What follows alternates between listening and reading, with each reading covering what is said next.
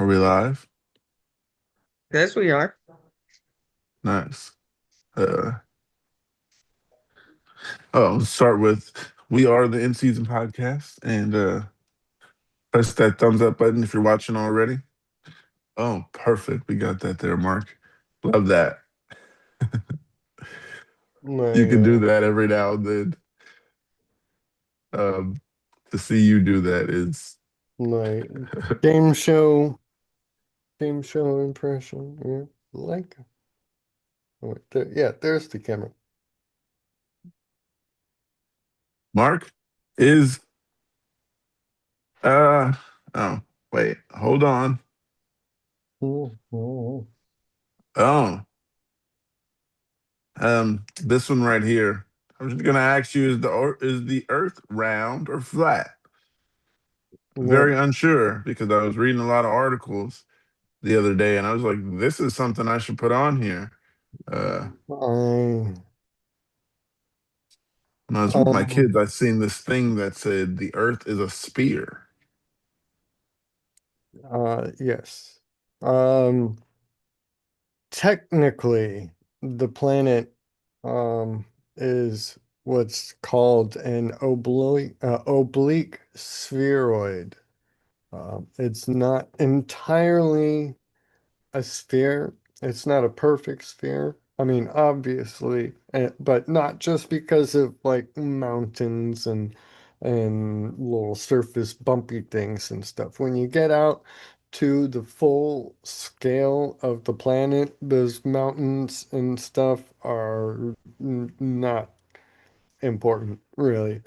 But um, the diameter of the Earth at the equator is larger than um,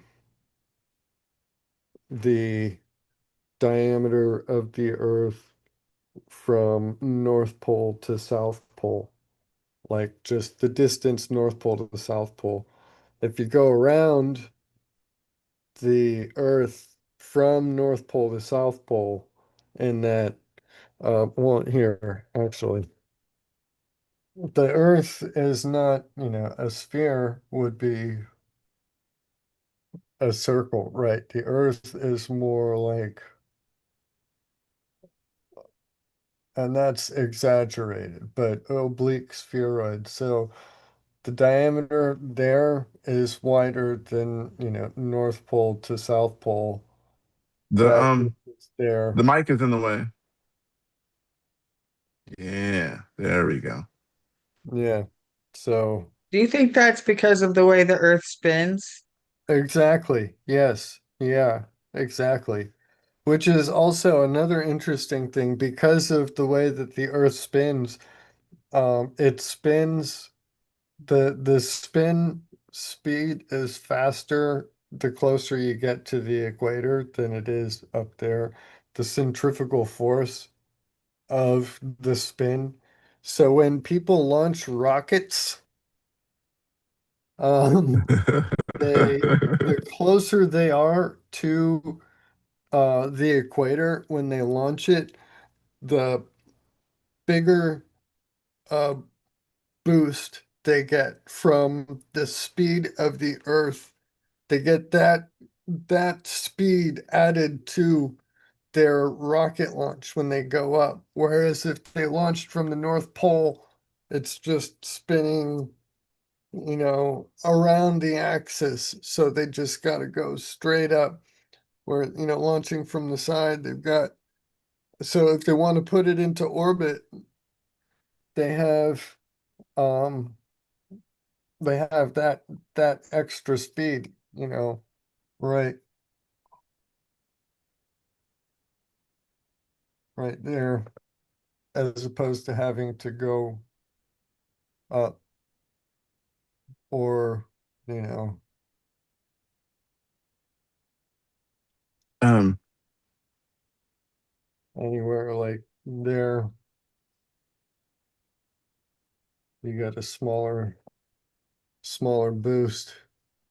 So it takes less propellant to launch a rocket from somewhere like Kennedy Space Center, just because of the Earth spinning.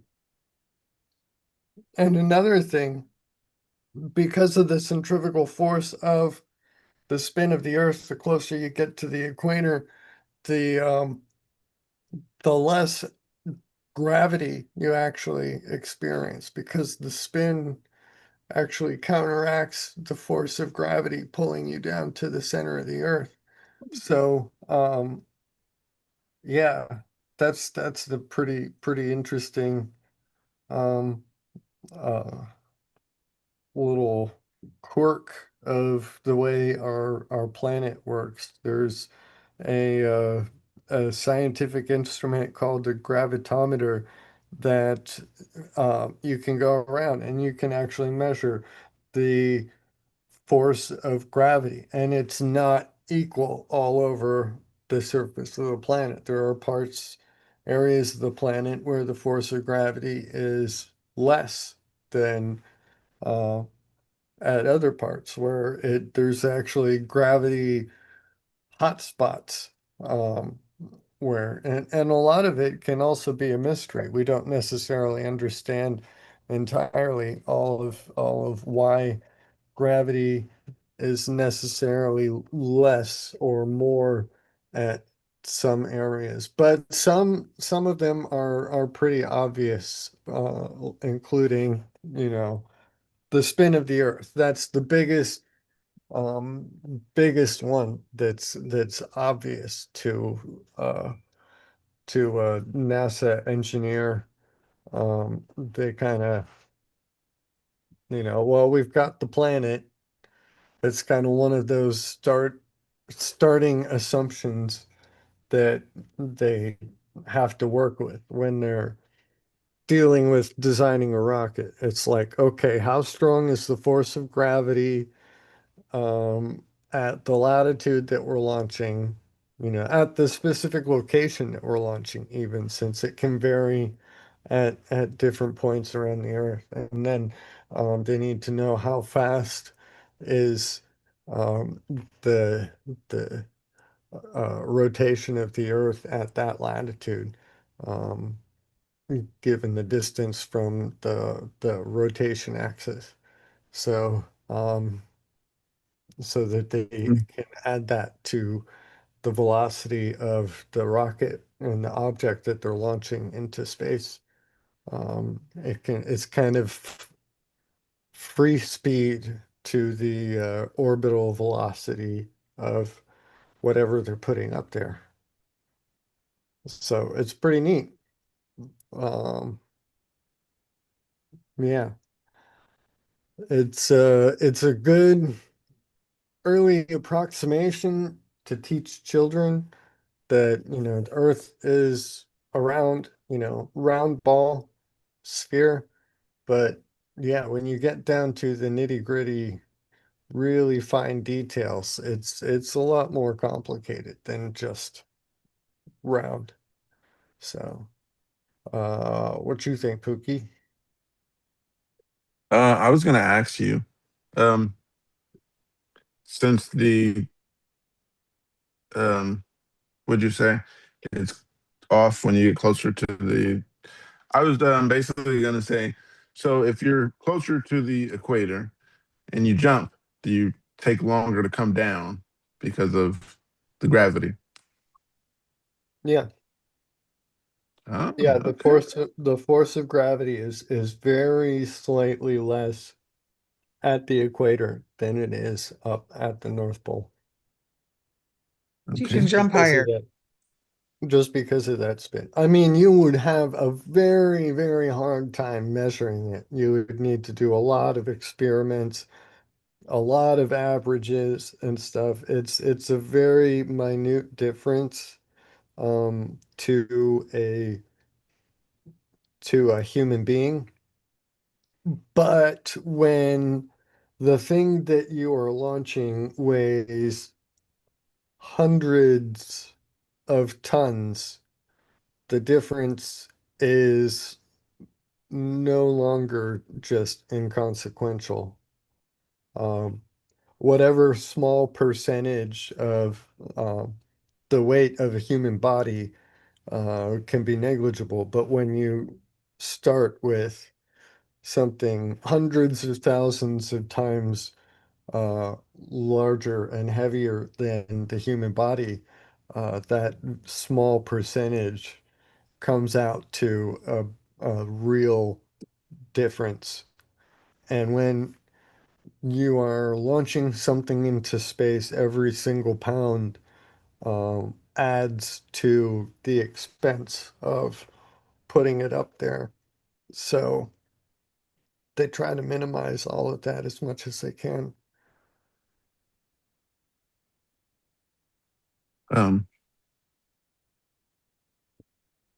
yeah, it was interesting. I thought you were going to say no about the jumping thing, but you said yes.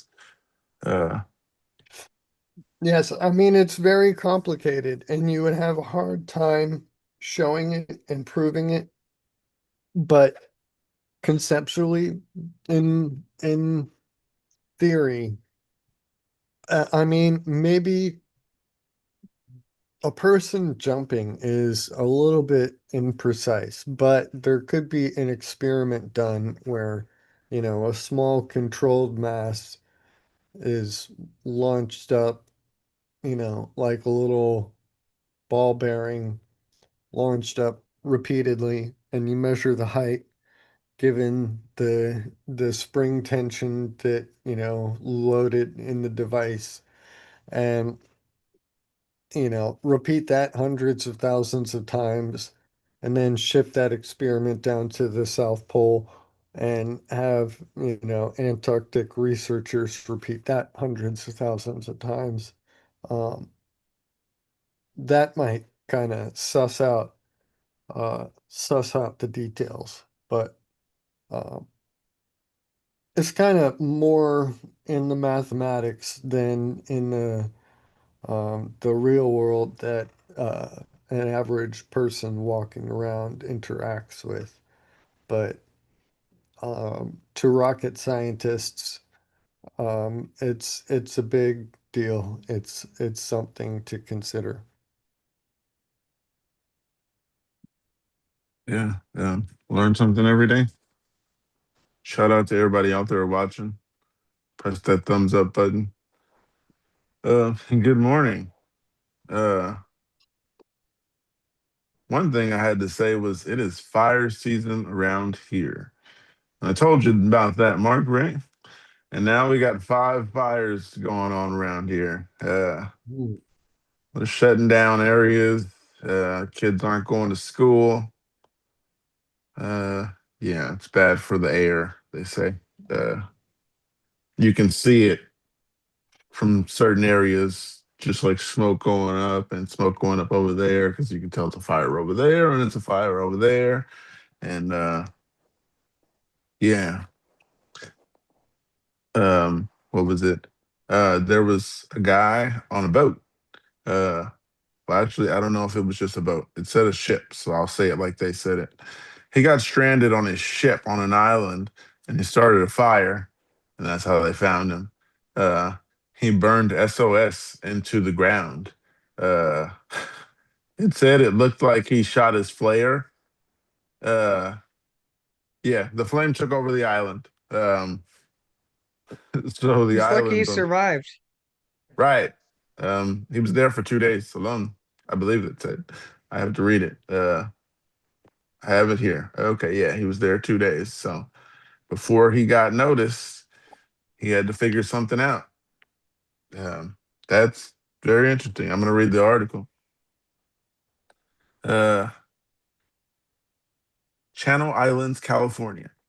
A shipwrecked mariner may have started a wildfire while trying to signal an SOS on Santa Rosa Island, according to the U.S. Coast Guard. The U.S. Coast Guard Air Station Ventura shared photos of the shipwrecked man and his SOS on the island.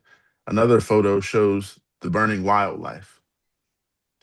The Santa Rosa Island fire began Friday after a 67-year-old man's sailboat crashed into the rocks on the island. According to the Coast Guard, he reportedly fired emergency flares to signal for help, and that's what investigators believe sparked the blaze. A Coast Guard crew successfully rescued the man on Saturday morning after spent the night. He spent the night stranded on the island. He was not injured. Now, the wildlife has grown. The wildfire has grown to 16,938 acres. The island is part of Channel Islands Park. So far, the fire has destroyed three buildings, officials say. Santa Rosa Island is closed to the public until further notice, while officials believe emergency flares have sparked the blaze. The exact cause of the fire is still under investigation. Um, there's some stuff on the news that they were saying, like some animals and a plant that's only supposed to be well, only on that island.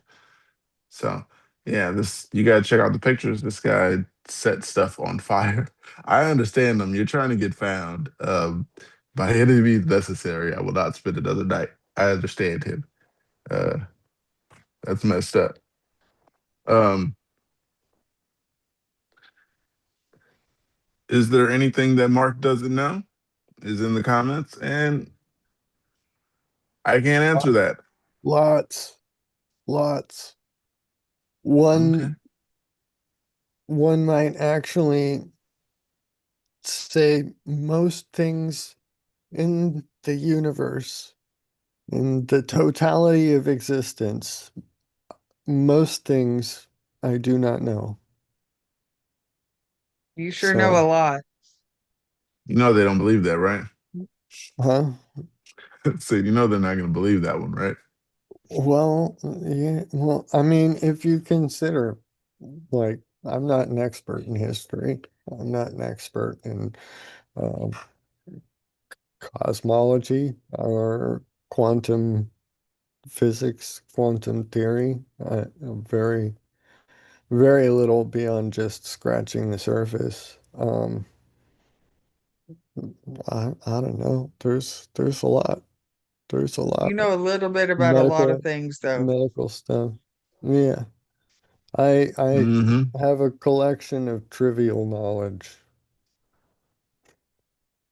Um, so yeah, I don't know. Maybe I should try to find some bar with trivia night that offers cash prizes.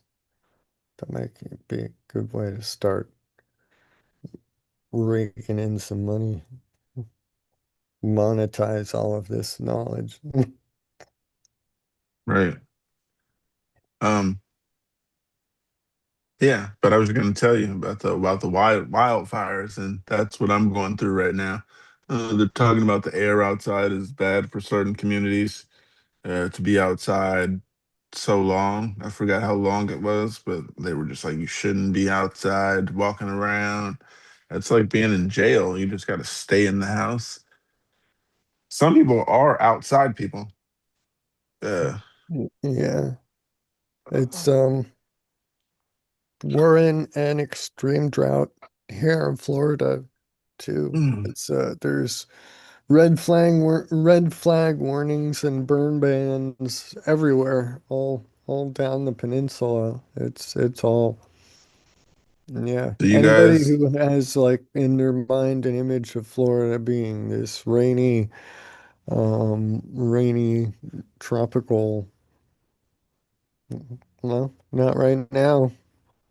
Um, yeah, it's yeah, I don't know. That's why I'm not doing a full pepper season this year. It's they take so much water and it just doesn't feel right doing that in the middle of a drought. Um, so I yeah, like how you think. thank you. Uh, there's another piece of that article that I didn't read. Uh, it says It is home to wildlife and plants found nowhere else, leading some experts to compare it to the Galapagos Island. The Torrey pine, the rarest native pine in the U.S., grows only on the island near San Diego. Officials fear the trees will be threatened by growing fire. It's one of our gems of California coast, Michael Cohen said, chairman of the Channel Islands National Marine Sanctuary Advisory Council. That's a long name. Mhm. Told the Los Angeles Times, it looks like it did 100 years ago. It's just untouched. Yeah, so there you go. I didn't know to scroll further. I thought there was a picture there, so I didn't think there was more under there. But yeah, so we're losing some plants, is what they're saying. Uh, a lot of people aren't going to care because it's plants. I know there's people who've said that already.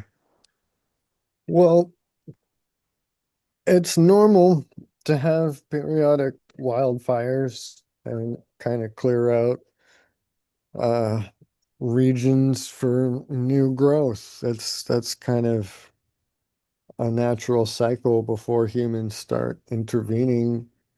Um, if Um, uh, I don't know if the policy is to never allow wildfires in big national preserve areas, then that's kind of a disruption of an ecosystem that might end up with a big explosion. Um, I don't know.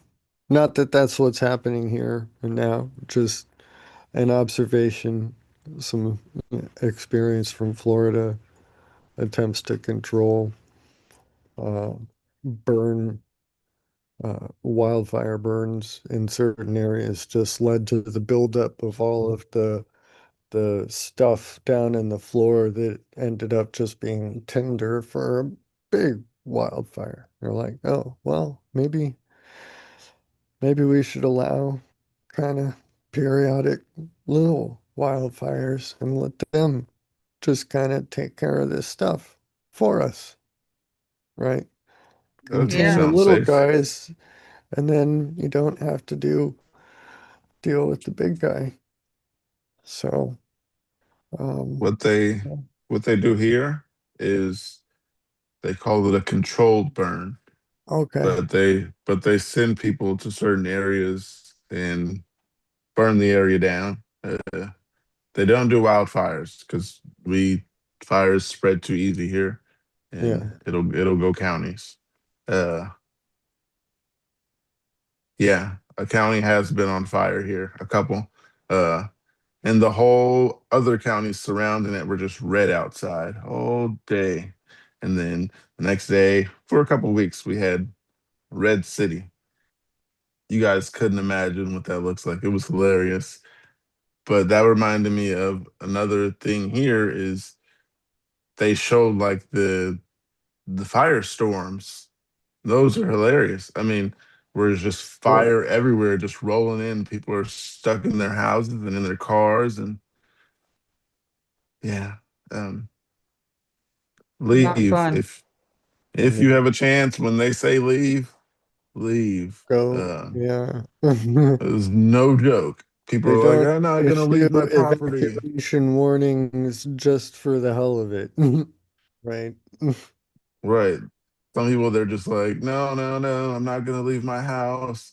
I'm gonna go down with it. Uh, and yeah, then the house goes down and they're running through the forest in the fire or rushing to get out with very little That would be space. terrifying. Yeah, Yeah. definitely. Um, some of those houses were worth a lot. The ones that I seen that burned down. The guy he was talking about, he just got his house and it was the first house he bought. And I forgot how much he said it was, but that's why he said he wasn't leaving. But the fire says different. You're gonna leave or you're gonna go. Um, not funny, but yeah.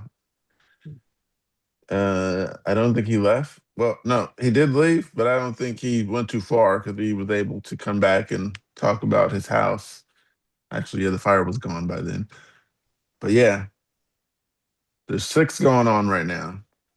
So scary around here to where you got to watch the news and know where it's at and know where direction it's coming from or if you should be outside. Um, what else was I going to say? Oh, I was going to say, Mark. Oh, Andrea, you have cats too. How many cats do you guys have? I just have one.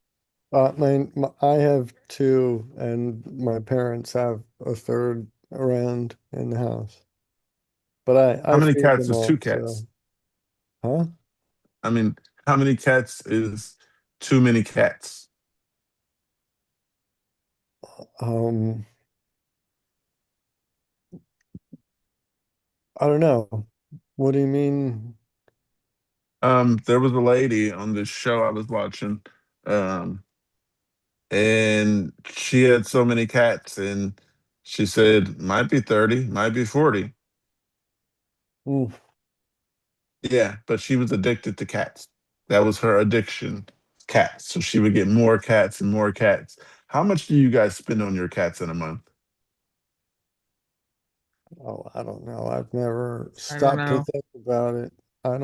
She spends I don't two want to hundred stop and and thirty think about dollars it. a week on A cats, week? including food and toys. Uh, Um, I would hate to see what her house looks like, and I would never want to scoop that many litter boxes. yeah. Are they like semi-outdoor cats or no, something? Because no, that would they're be in the house. They're everywhere.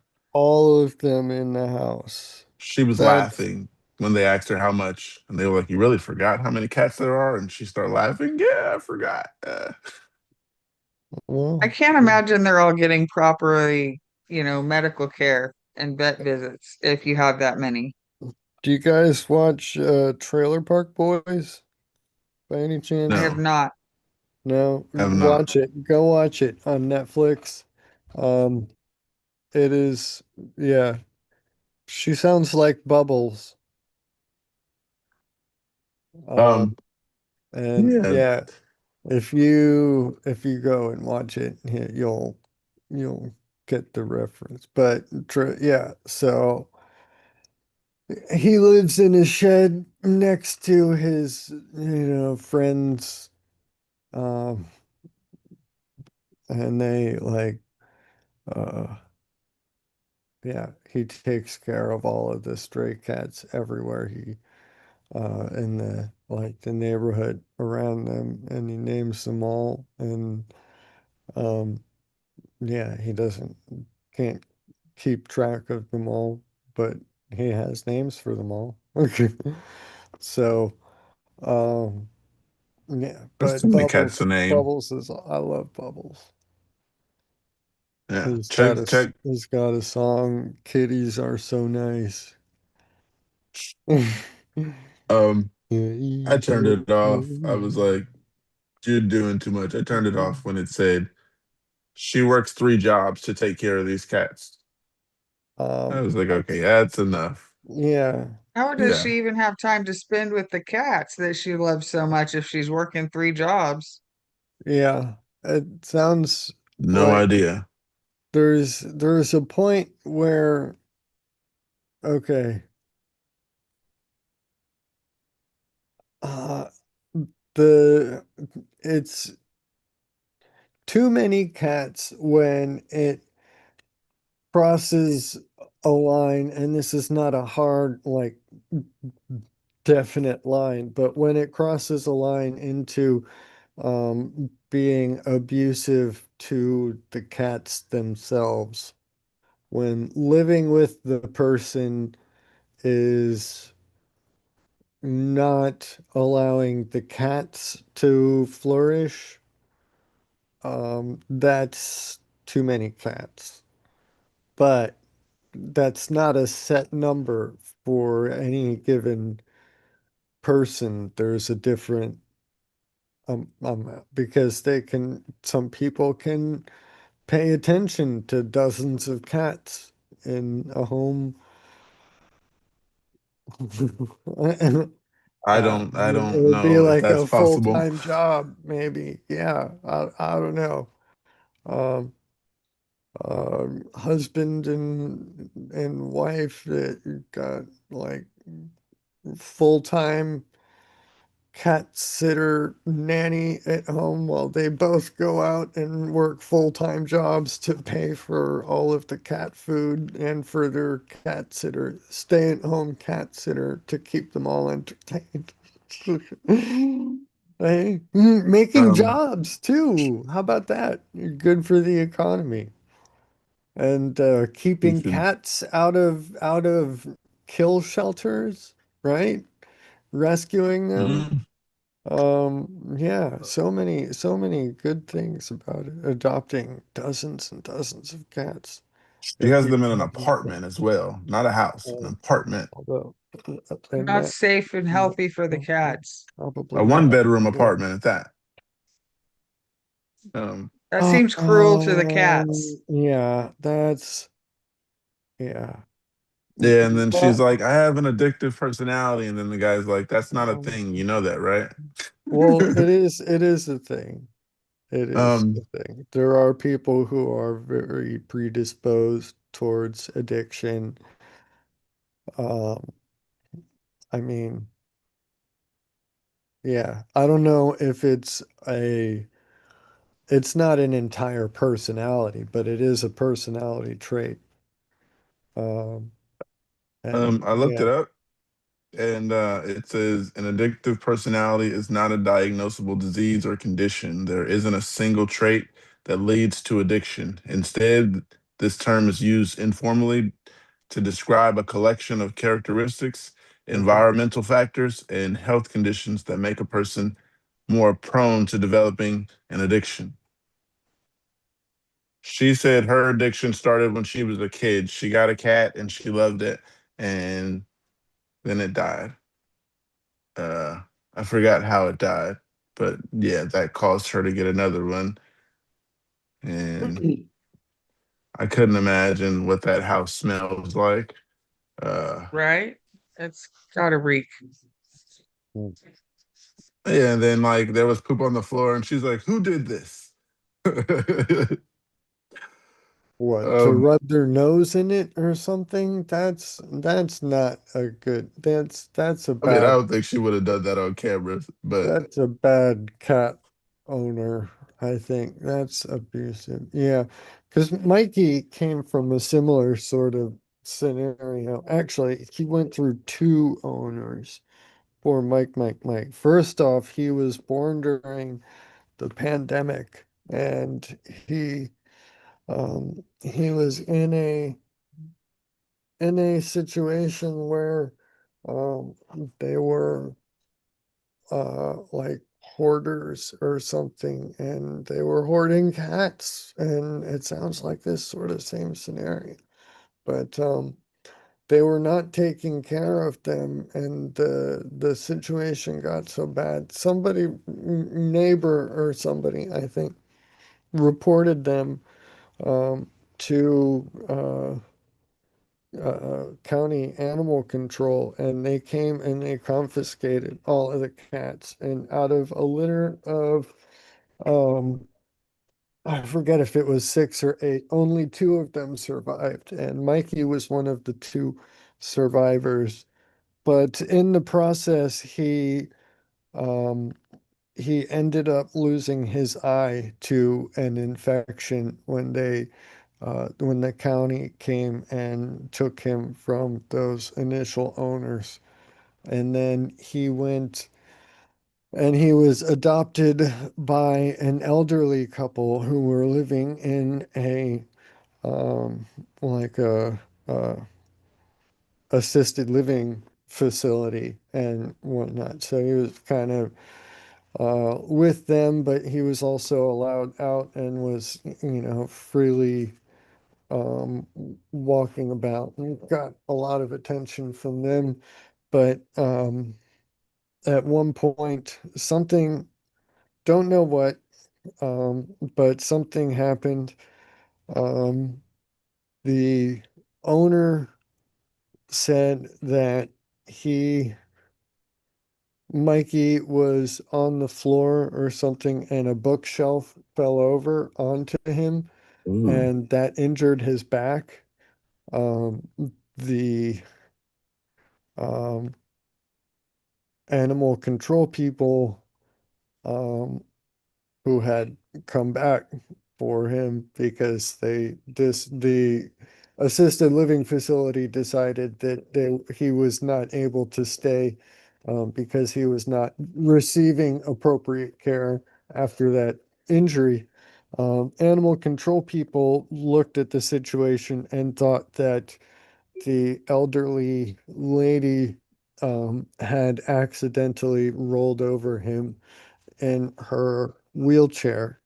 And that's what injured his back. But either way, Oh. he had an injured back from this second owner, and they, they patched him up as best they could. I mean, he's doing fine now. He walks perfectly well. He's sensitive about people touching him, stroking all the way down his back. But um, front half of the cat and the tail end of the cat are fair game.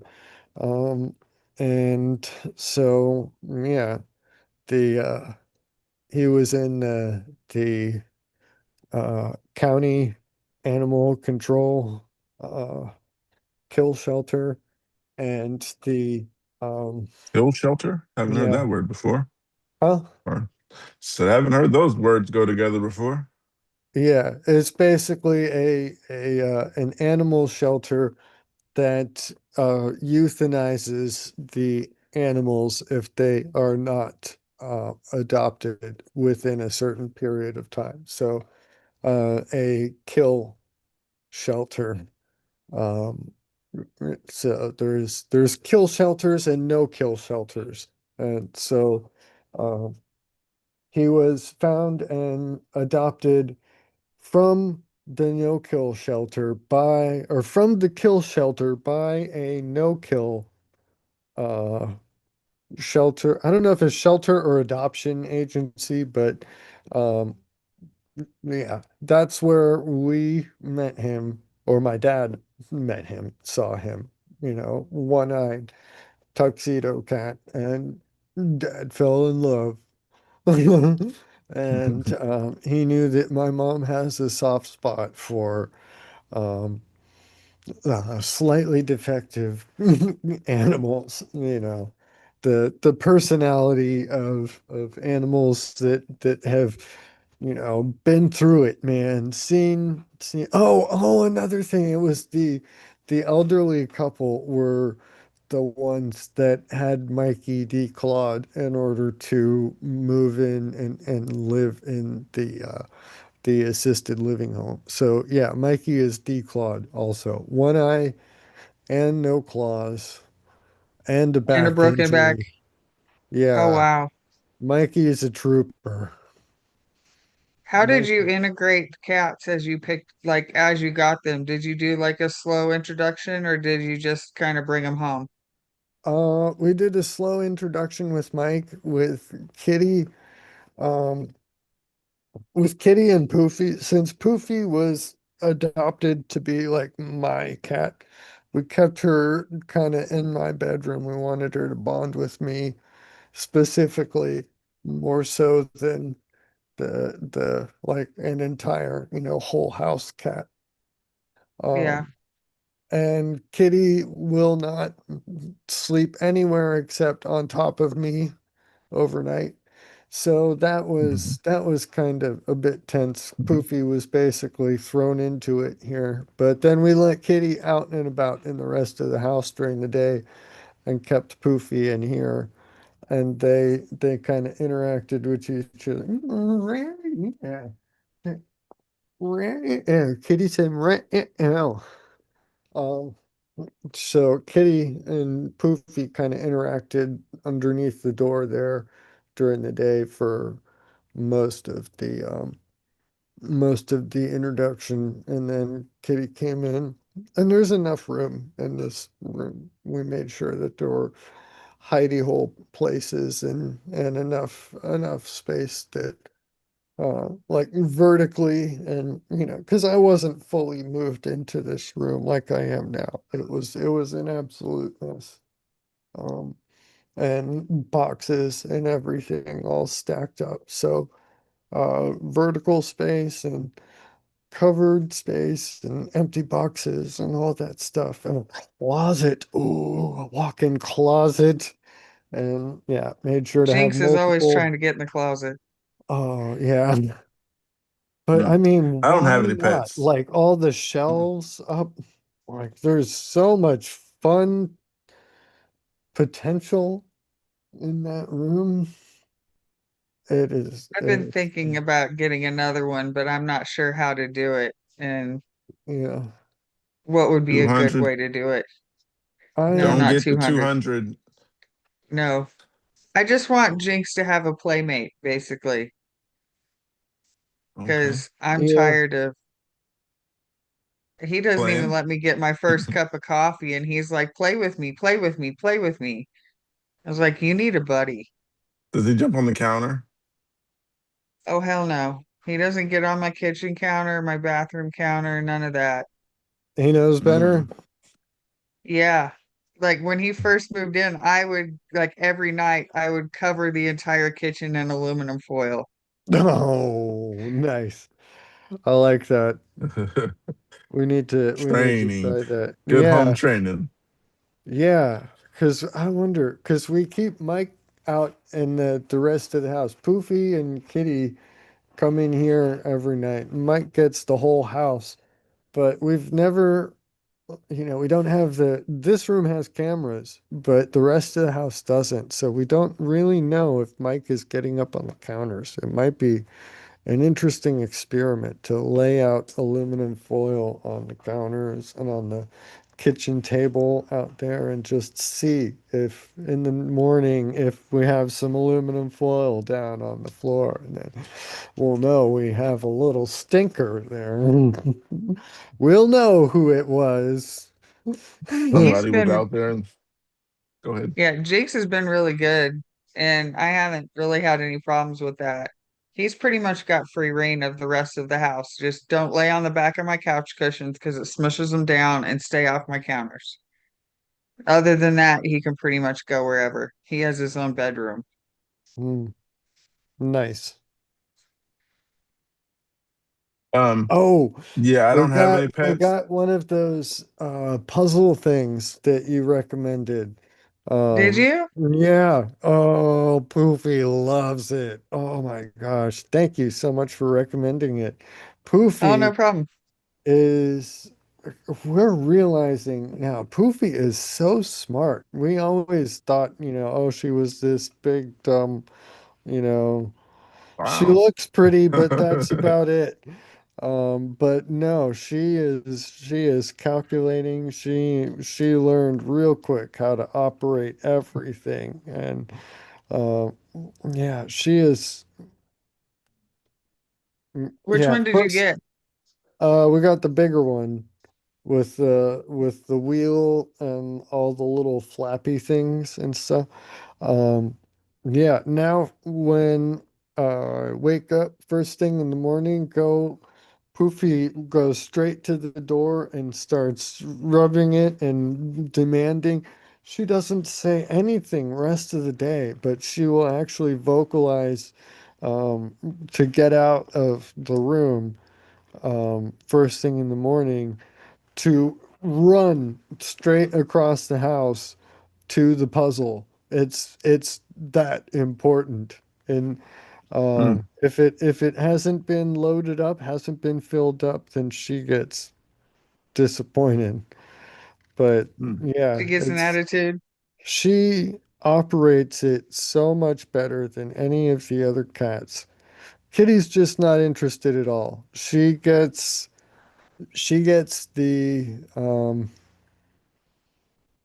the treats whether she moves the puzzle pieces or not because she's just Kitty. She's got seniority and she deserves it.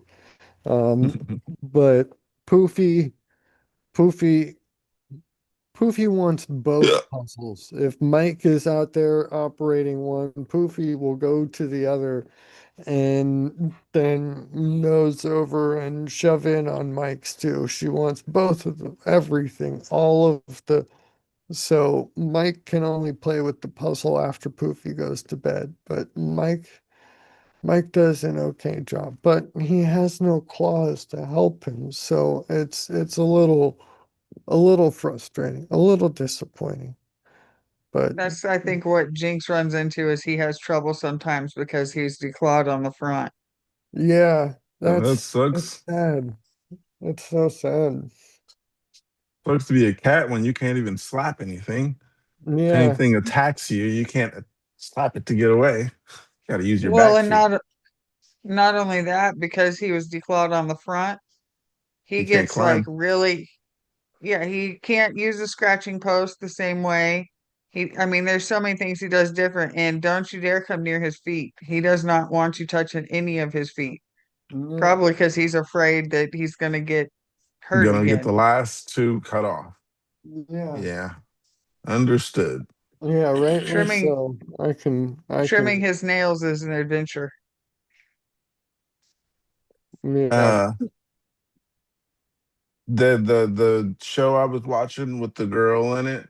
I actually wrote down here that she was in a two bedroom. I said a one, but that girl's mother, well, the woman was already almost 50. Her mother was way older than her, but she was in the store, like looking at her, like, "Are you serious?" She was filling up two carts. The mother's pushing a cart, and she's pushing a cart, and the mother was like, "You don't think this is too much?" And yeah, like I said, this woman has way too many cats. And like I said, when they asked her how many, like 20, 30, 40, I don't know.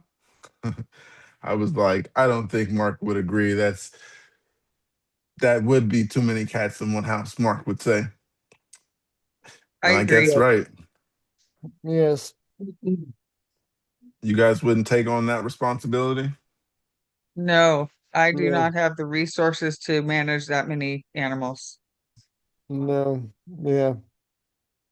I might like another one here in this house, because there's enough room for them to not always be running into each other and clashing. There's space for them to avoid and hide.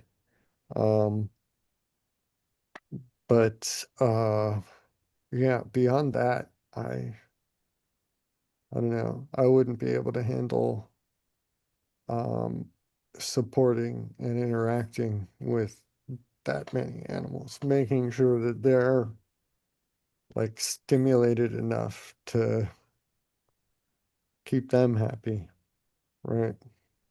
Yeah, They look vet happy, bills are just a lot vet of bills are them. expensive. Yeah.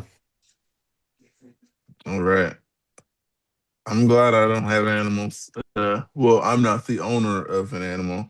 There are animals here. Um, well, there's an animal here. There's a German Shepherd, but I'm not the Well, owner, and so I another leave some thing space for my funds.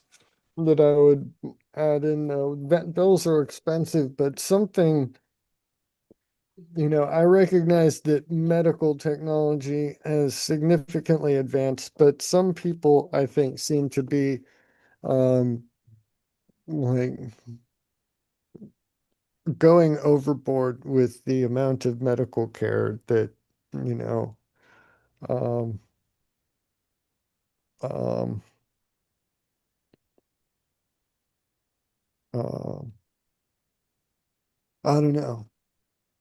It's some people I've seen online were telling somebody that they were a bad person for um having adopted an animal when they couldn't afford the vet bills.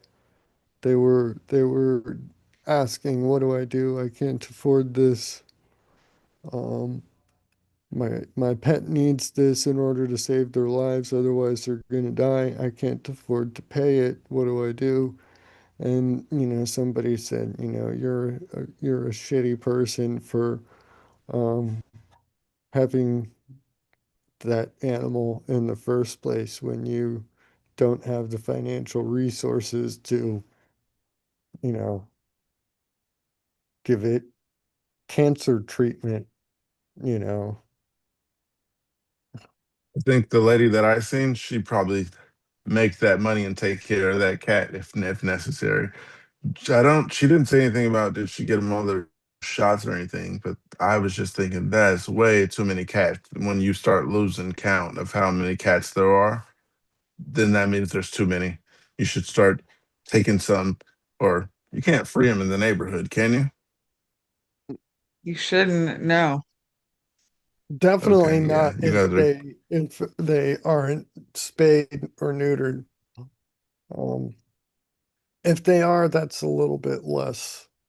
You still shouldn't, but it's not as bad. If you're not basically introducing a breeding population into the local, but still you didn't no, don't just Well, es- dump them outside. Plus, especially if it's been a also, house cat its whole life, then it probably doesn't really know how to fend for itself. And, yeah, it's just gonna want back There was a inside lot of where little it ones. goes and where it's always been. It's kind of She she had a paper plate and she put one plop, two plop, two, three plop. That's not a word, but the cats would line up around the plate and she would do several plates of that. That was hilarious. Like they would eat from their little plop. Boop, that's yours. Boop, that's yours. And she had a lot of kittens running around. The big ones were just like randomly sitting around, laying on their backs and stuff. that's because And she didn't have them fixed and they kept having more. right, yeah, basically that's how you lose count. If they start getting more and more and more, yeah. If she would have, what is it called? Like spay them, then it wouldn't have that problem. You have a bunch of won't have as many cats. Uh, but yeah, then there was another lady on there that was eating household cleaner. Um, and she had been doing it since a child. After going through child abuse, she decided, well, not she decided. I guess that was the next best option. I don't know. But yeah, I just wanted to know what you guys felt about that. She takes the Ajax and she drops it, and then yeah. And clearly, I looked on another bottle, and it says you should not ingest. I Uh, don't, yeah, I never her understood daughter why was they worried. even needed to put that on the sign. Why would, because it's so obvious, but I guess not. I guess now they got the disclaimer because obviously it might hurt your insides or something like that. But now they let you know that it will. I mean, well, not now. They've been letting you know that you shouldn't eat it. Uh, and Faith she in eats it. humanity dropped down a notch. They told her they have to. They said they have to take some of the teeth out because the teeth had died and rotted and the enamel was gone. Um, quite a few of her teeth. I bet they were She nice and had some bright missing white, already. at least for a little while. Maybe as a child, she said she's been eating that since a child. She would. I don't want to say what she said because I don't know exactly what she said. I can't remember exactly what she said. But yeah, something like a coping mechanism. I do Basically. not Uh, understand the compulsion to eat household cleaners. uh, if you looked at the video, you probably understand. Um, I Yeah, don't know. it's, mm, I don't get it. Um, But yeah, it wasn't killing her. There wasn't. She didn't have like a weird face. It look on her face like when it touches your tongue, and you're like, that's a disgusting smell, a taste or something. I mean, disgusting taste. Um, she didn't do Probably that. destroyed all her taste buds. That's what my mom said. Uh, Well, you can get yeah. So acclimated to almost anything. And if she's been doing it mm, that long, it's just that's a normal thing for her, you know? Like I bet people eventually in you get used ancient to it. times were so used to the smell of livestock that it really wasn't that weird for them in their cities and whatnot, you know, horses and oxen plop right You wherever. live by it, you don't notice it. Right. Yeah. And I bet they had some slaves whose job was to go and get that shit out of there off the side, you know? Latrines, and that was the norm. Outhouses, bedpans, or chamber pots, right? I Yep. mean, these things we've been so insulated from that by modern technology that it's kind of um, particularly off-putting to us. But um, you know, in uh, in Rome, did you know that they collected their citizens' urine? It was used in industries, certain industries. It was also, I mean, I definitely know it was used, fermented urine was used to wash clothing. There was, let me, let So me, everybody Uh, just walked around smelling like old piss. well, I don't I know. was gonna ask, how are They they probably, collecting this piss? they had, I mean, there was infrastructure in place that they had little, like, roadside urinals and whatnot, outhouse chamber things off the side of the road. Um, Yeah. I uh, know we throw it away anyway, but I don't think I want anyone Ancient to have mine. Romans washed and whitened their clothes in urine because they didn't have commercial soap. They relied on the ammonia naturally created as stale urine broke down. Ammonia acts as a powerful caustic degreaser and bleaching agent. Laundry is called Pulinosie. Pulinois. I don't speak Latin. Gathered urine from public latrines and street jars. Garments were soaked in large vats of fermented ammonia-rich urine.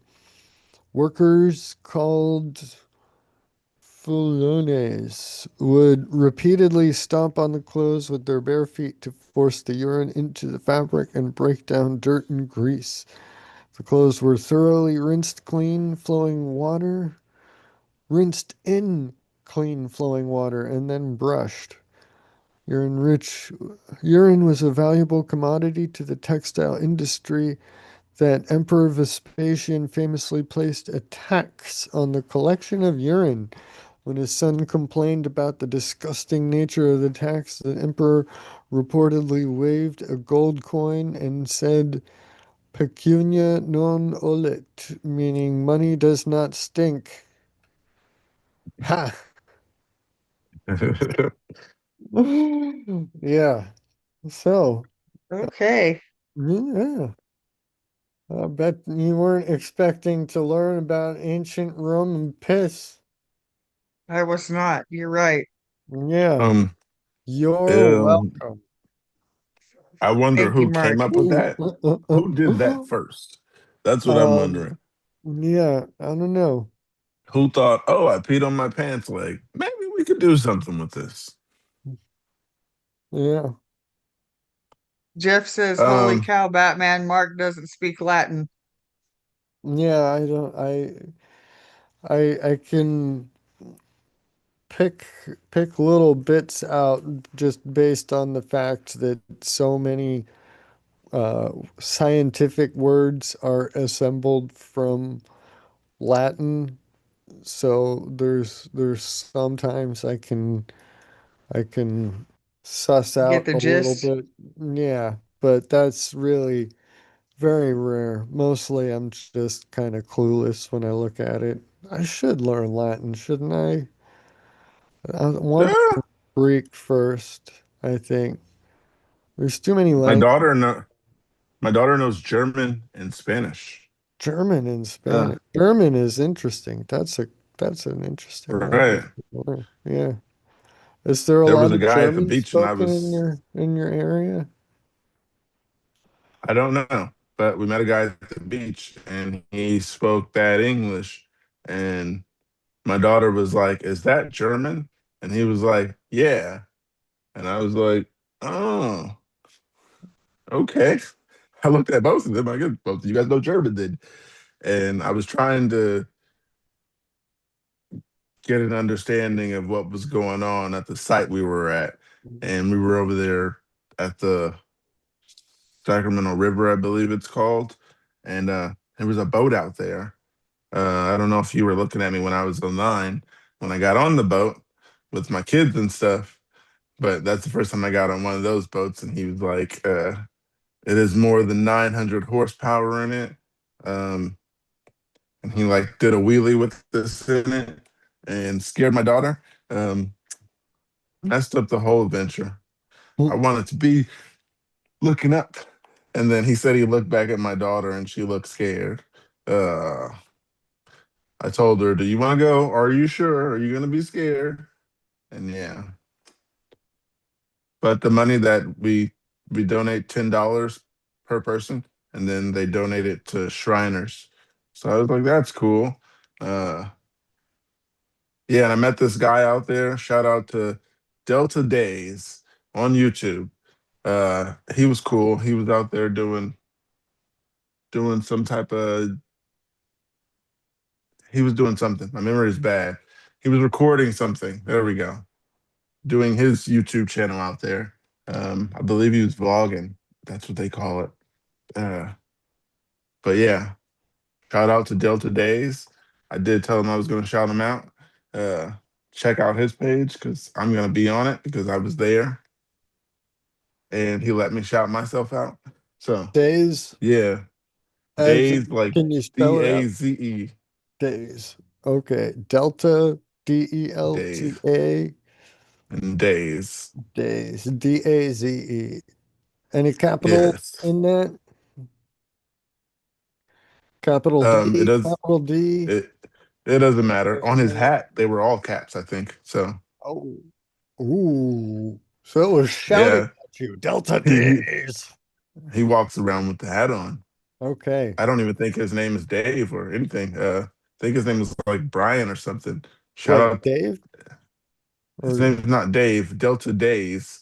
I Dave? was like, "Your Yeah. name is Okay. Dave," and he was like, "No." uh, No real name. uh, but yeah, good times, good times. Yeah, we got to go on the beach. If you want to check it out, yeah, I went live, but it froze like when we went in the middle of the river. Uh, Yeah. Service went bad because, of course, there was It no. it Uh, stopped and then Dead it spot? said the video went private or something. And then that was like, okay, well, adventure over.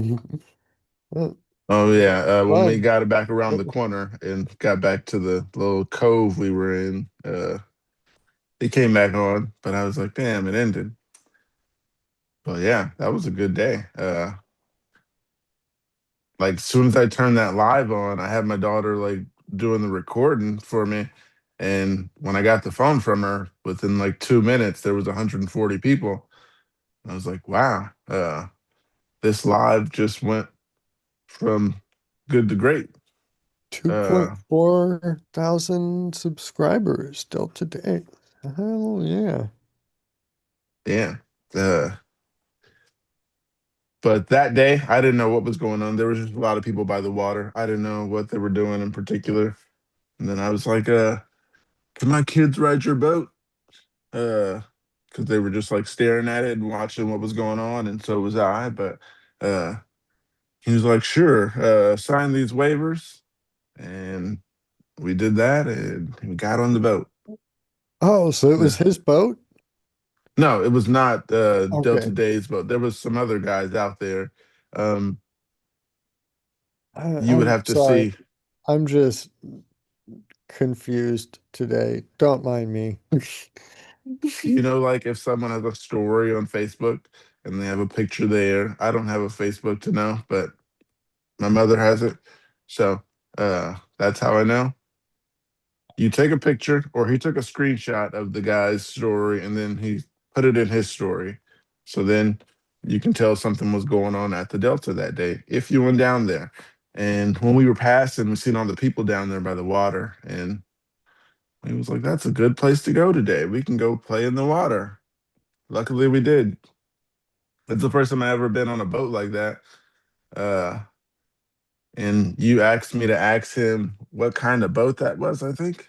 Yeah, how much horsepower? I saw How the much engine and horsepower? I want to know yeah.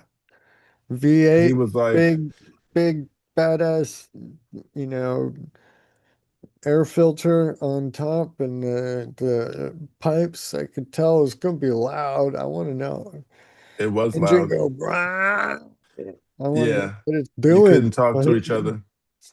Yeah, But it was My daughter fun. was, my daughter, she it had her looks like a arm drag behind my racer back. for the water, you know?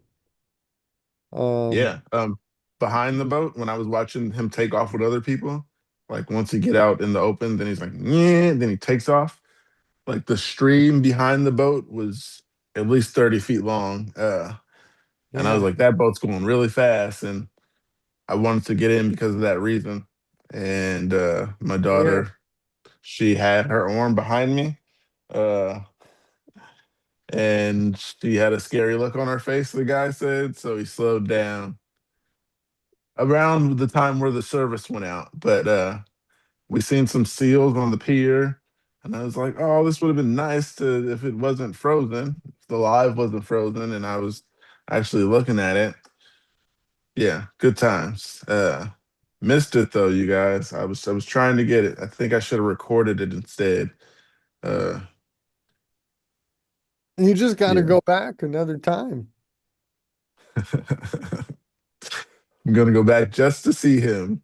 Yeah. Right. Hey, how you doing? I think you'd be over here today. Well, since you are, you think I could ride that boat again? Um, yeah, he's gonna think I'm stalking him. Um, Shout out to Delta I miss, Days yeah, I on miss the YouTube. water. Yeah.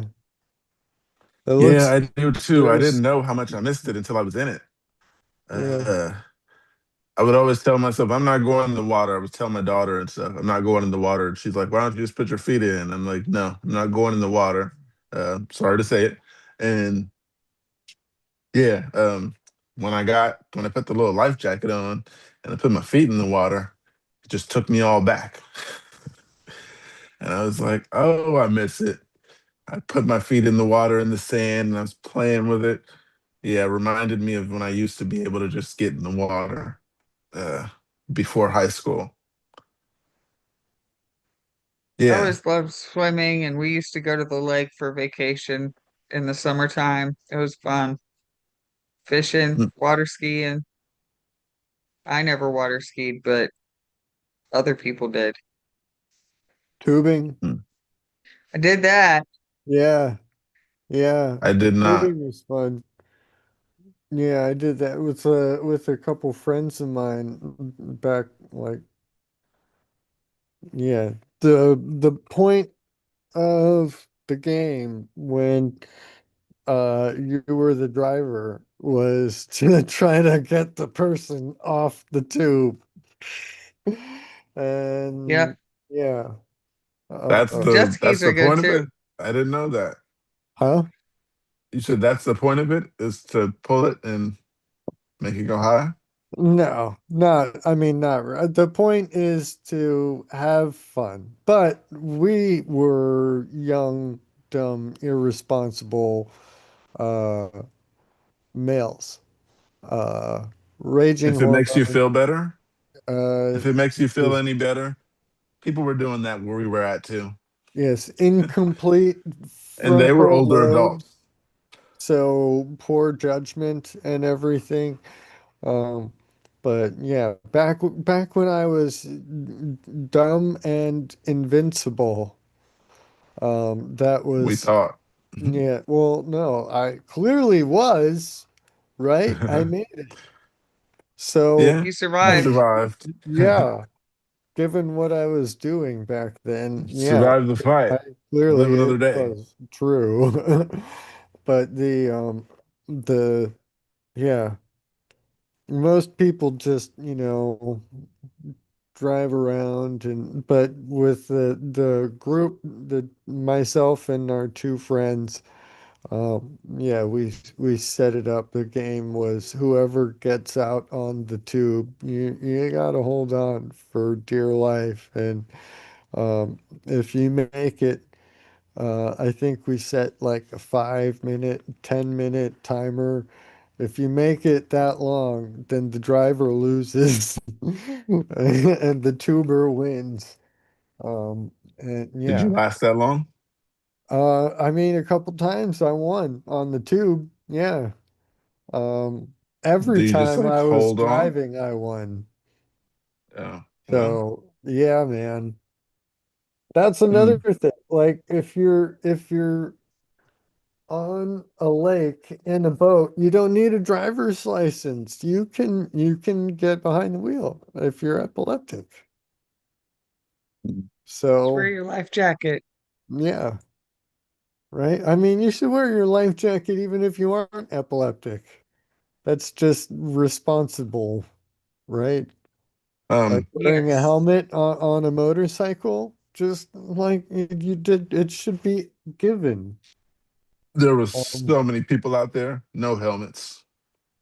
Quite a few boats out there, no helmets. Some of them oh, didn't have life jackets. oh, Uh, helmet? No, that's no, but life jacket, yeah. I don't Not know. everybody had life jackets. You only had a life jacket if you were getting on the Well, fast boats. The other boats, people were yeah, just standing out there on their boats, laying on the fronts and stuff. yeah, So, that's I mean, yeah. And I can swim well enough that I think I would probably be the same. I don't know. I feel It's not a game, James. it's I don't know. It's hard for me to think like that because I was taught to swim at the same time that I was learning to walk because my parents had a pool in the backyard in that tiny little house that we were living in. A little above ground pool, circle, only up to Three, here 4 feet. and stuff. Right. It wasn't a big thing. It was like a glorified hot tub, basically, but enough water for a baby to drown in. So, yeah, learning to swim at the same time as learning to walk makes it difficult for me to think of swimming as a dangerous activity because walking doesn't feel dangerous. Swimming feels just as natural. Depends on the person if walking feels dangerous. Well, yeah, to me, walking doesn't feel dangerous, but it's, mm, it's, yeah, it, I don't know. I know what I should do, but, or I know what I should feel, right? I should feel like I need to wear a life jacket in order to be safe out on the water or whatever. I feel like I can swim well enough. If I'm on a tube out on a lake where if I'm thrown off, I'm 50 to 100 feet away from anybody before they circle back. That's a long time to be treading water. And that makes a lot of sense. Skiing, same thing. Plus If you fall off, it helps to slow you down and not hit the water with such force. But yeah, being on like a pontoon boat or something where the most you can do is like fall off and then you just reach up and get dragged back up. It's like, why would, I don't know. I don't know. Especially Hmm. since I wouldn't be drinking on that pontoon boat, right? If I would, yeah, I never got on a boat or near a body of water while drunk. So that's something that that's a line that I did cross, I Mm. guess, or that I did draw and didn't cross. There we go. Yeah, Um, that's there's the not right water word. near me. Uh, Yeah. Oh, did you yeah. see the rocket last night? No. Uh, I Sarah had showed it. you?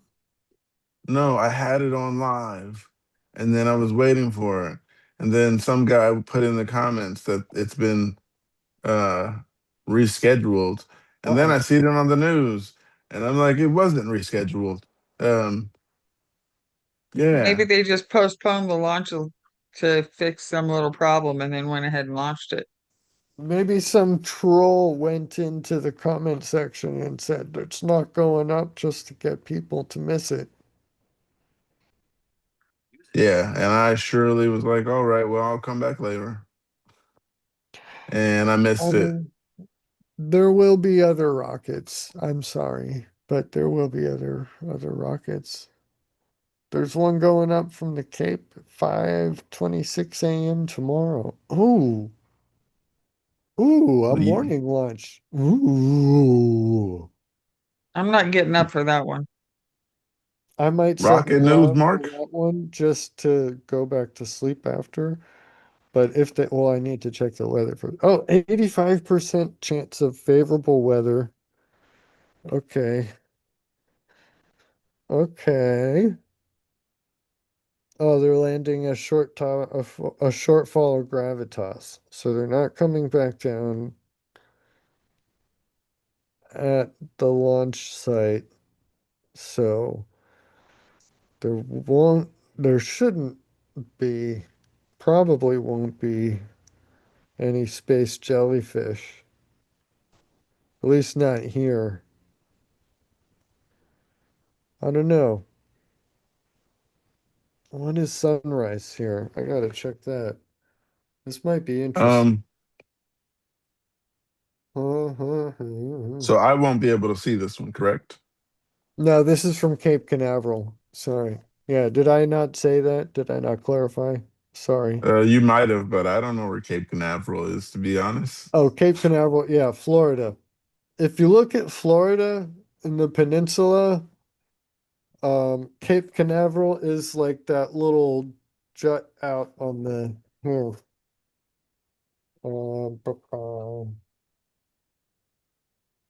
When I look at the Florida map, I do not zoom in. How you? No, you don't need to zoom in. So you got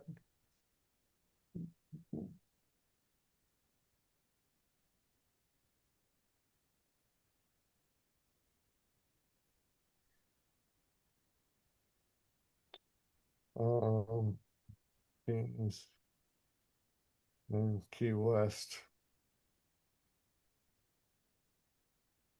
So Miami, Lake Okeechobee, that would be Palm Beach, Where's Tampa? Orlando, Tampa, Naples.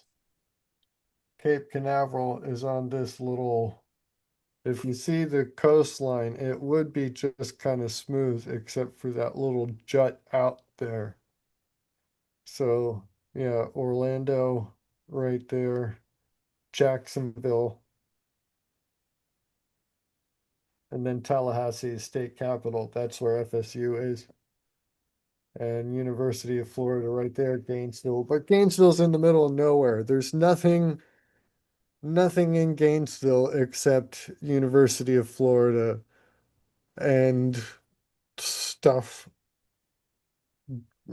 built around University of Florida, really the bulk of Gainesville. So Gainesville's not that important.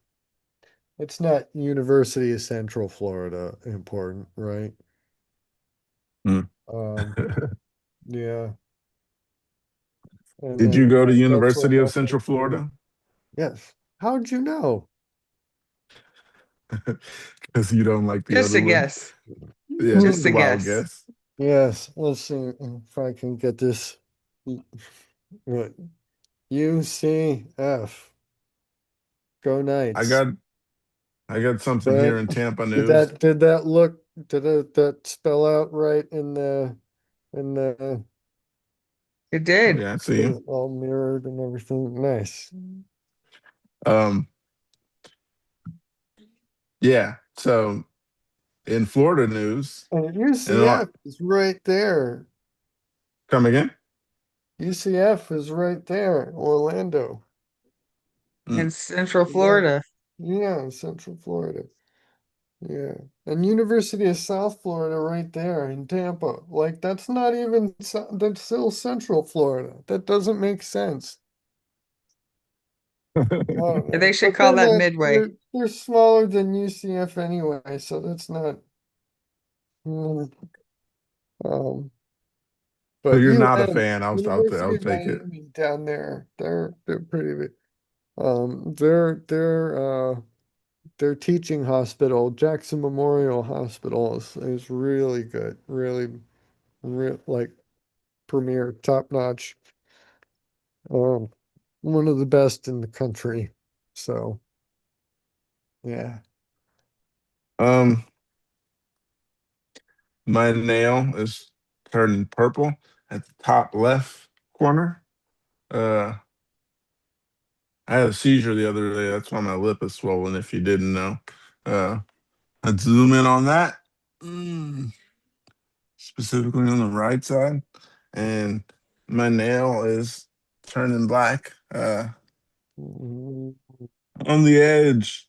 I hope that's not a forever thing. It'll grow out. You'll be fine. Okay, thanks, because I was losing hope. No, it'll take time, but it'll go away. As your nail grows out, it will go away. Mm, okay, all right. So today in Florida news, oh, this isn't today's Florida news. This was posted 18 hours ago. It oh, says after, well, it's within 24-hour period, so it's today. it's only 10 a.m. This was 18 hours ago. Right, that's within a 24-hour period. It's less than the previous 24 hours. So Yeah. Okay, Well, in Tampa's news this morning, this article probably dropped, and it says after wait. I said that wrong. Um, it was probably on today's news, is what I was gonna say, but the information is already on the internet. Uh, so it says here after doxing, Tampa man, judges man gets nearly 2 years in prison. Jonathan Mark Miller admitted sending pizza orders to the homes of two judges. The case is seen as part of a rise in threats against the judiciary system. One afternoon last spring, someone placed an online order totaling more than $300 to Tampa Pizza Hut with delivery directions of the home of the home of a Hillsborough County judge. The order included the judge's personal cell phone number, and according to the court record, 150 cash tip for the delivery driver to knock loudly at the door. mm, A day later, someone placed a second order, this one for more than $200, with directions to a different Hillsborough County judge. Neither judge has ordered the pizzas. The incident, which spurred a criminal investigation, were deemed to be part of a phenomenon known as pizza doxing, wherein the bad actors send large and erroneous food orders to the homes of public officials or other targets. While it sounds silly, it is very much illegal. It is also, according to court and law enforcement officials, part of a rising trend of threats against judges nationwide. On Monday, Jonathan Mark admitted in court that it was he who ordered the pizzas to the Hillsborough judges. He was sentenced to just under 2 years in prison. Hillsborough Chief Poli- Hillsborough Chief Judge Christopher Sabella, uh, who oversees judicial operations for the 13th Circuit, said he has noticed a significant surge in potential threats against the judiciary, which he attributes partly to a heated political climate. While such threats vary in their seriousness and severity, Miller's case is the only one Sabella said he's aware of locally to involve pizza doxing. What I'm what I'm at least to some degree happy about that it sends a message that it's not a laughing matter, Sabella said. It's not a joke. This guy's going to prison over it. Wow. Pizza orders spur investigation. The pizza orders came back came back in on a back-to-back dates last March. Judge Jessica Costello, judicial assistant, received an email late one afternoon with a Pizza Hut order confirmation of $381 worth of pizzas. The order had been sent to the judge's home. The assistant contacted the judge, who notified the law enforcement. Investigators learned the order had been placed online to a Pizza Hut on Kennedy Boulevard in Tampa using the judge's personal address, telephone number, and work email. About 24 hours later, a Pizza Hut on Bush Boulevard received similar order. This one directed $252 in pizza to a home of Judge Francis Perone. The details included Perone's home, phone number, and work email address. The judges were able to cancel the orders before they were delivered. Hillsborough Sheriff's investigators issued subpoenas, which revealed both orders came from the same internet protocol. That address was registered to Miller's home in Zephyr Hills. It's an interesting name. Miller, 50 years old at the time, was listed defendant in the case in which his mother sought an injunction for the protection against him. In her petition to court, she claimed he threatened to kill her and other family members. Those allegations do not appear to have produced any criminal activity or charges. Court paperwork listed Costello as the presiding judge in a hearing for the injunction case. It was Perone who handled the hearing. She signed an order prohibiting Miller to contacting or going near his mother. The pizza orders the pizza orders came thereafter. Miller was arrested a few weeks later on 2 counts of fraudulent use of personal information. He previously spent more than a dozen years in state prison for multiple convictions of writing threats to kill, Florida Department of Corrections record shows. In at least one case from the 1990s, Miller was accused of making a threat against former Hillsborough County Judge Raul Palomino. Uh, Before we go further, Mark, there was a place named Zephyr. Zephyr Uh, Hills. Yeah, you got it right. okay. I Yeah. was just making sure I got it right. I shouted it. I didn't know if you're apparently the mic didn't pick up my voice from that far away, but yes, you got it right. Yeah. Okay. Sorry. I'll shout louder next time. Gotcha. I'm waiting for it. Yes. Um, Threats against judges rise. Miller's case happened as pizza doxing of judges became something of a national trend. Last spring, CBS News reported there had been about 2 dozen cases nationwide of which in which judges or their families been targets of unsolicited pizza deliveries. Doxing is a broader phenomenon wherein the person's personal information is used to harass and intimidate them, has long been a problem affecting public figures, journalists, newsmakers, and regular citizens. Florida law exempts the home addresses of judges, prosecutors, police, and certain other public officials from disclosure in government records. Sabella, Hillsborough chief judge, says he hears the potential threats directed to local judges at least a couple times a week.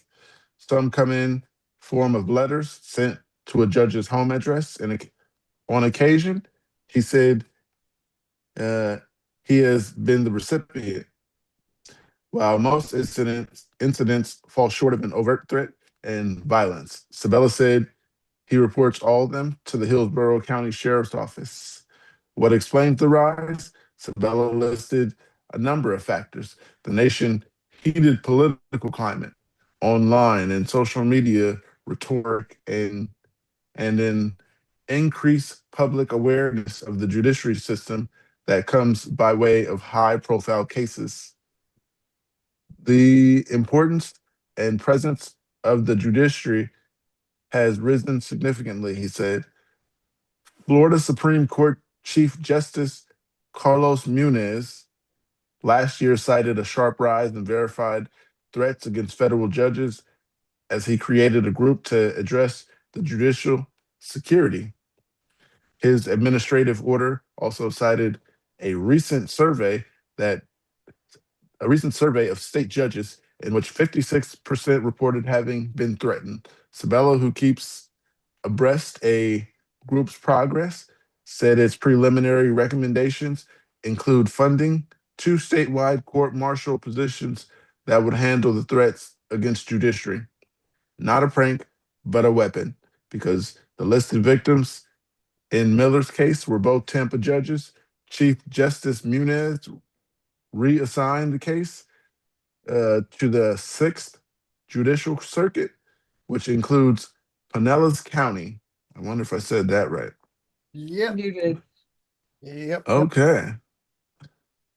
Governor Ron DeSantis also issued an executive order reassigning the prosecution from Hillsborough State Attorney Susie Lopez to the office of Ed Brodsky, the state attorney for Manatee and Sarasota counties. And on Monday, Miller was poised to face trial, but chose to plead guilty. He accepted 22 months in prison to be followed by 2 years probation. Pinellas Pasco Circuit Judge Keith Meyer, who imposed the sentence, warned Miller a violation could send him back to prison for as long as 10 years. Records indicate that he is a separate criminal case in Pasco County for charges of criminal use of personal identification information. Miller offered apology. It was dumb, he said. Uh, I had no right to do that. I was completely out of line, and I'd like to say I'm sorry and ask for your forgiveness. Costello delivered an impassionate statement underscoring the seriousness of Miller's conduct. This is not a prank, Costello said. This was an inconvenience, Judge. This was not an inconvenience, Judge. Pizza doxing is the use of a delivery order as a weapon. Costello said that the intent of such stunts is to instill fear by sending a message. I know where you live. I know where you are. I can reach you there. Judges do not surrender their right to safety when they take the oath of office, Costello said. We accept public responsibility, we accept public scrutiny, and we accept difficult decision making as a part and parcel of our daily lives. But we do not accept being targeted at our homes. We do not accept having our family exposed, and we should not have to wonder whether the next stranger sent to our door by a defendant is bringing a pizza a threat or something worse? So yeah, thoughts on that one? I didn't know that was the thing. Yeah. I mean, that's Oh been well, going on for a while. well you were in Florida, so you would know. Well, not just in Florida, it's been happening Well, nationwide. I And I, I figured that yeah, What are but they hoping to gain by ordering pizza to somebody's house? it's not the pizza, it's I the know where you at. doxing. They're I know your it's address. yeah, they're personally identifying and locating exactly where somebody lives. So the pizza order is not the point. The pizza order is actually making a personal threat against the individual themselves. It says, I know where you live.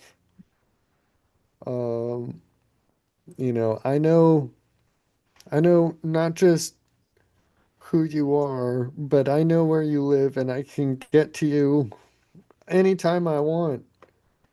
They That is pretty creepy.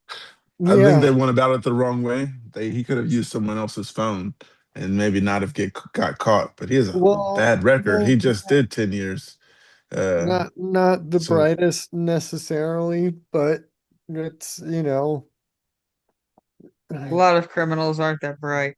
right. It's still, yeah, if anything, he the did. fact that it's somebody who's that that dumb is kind of even scarier. Like you're not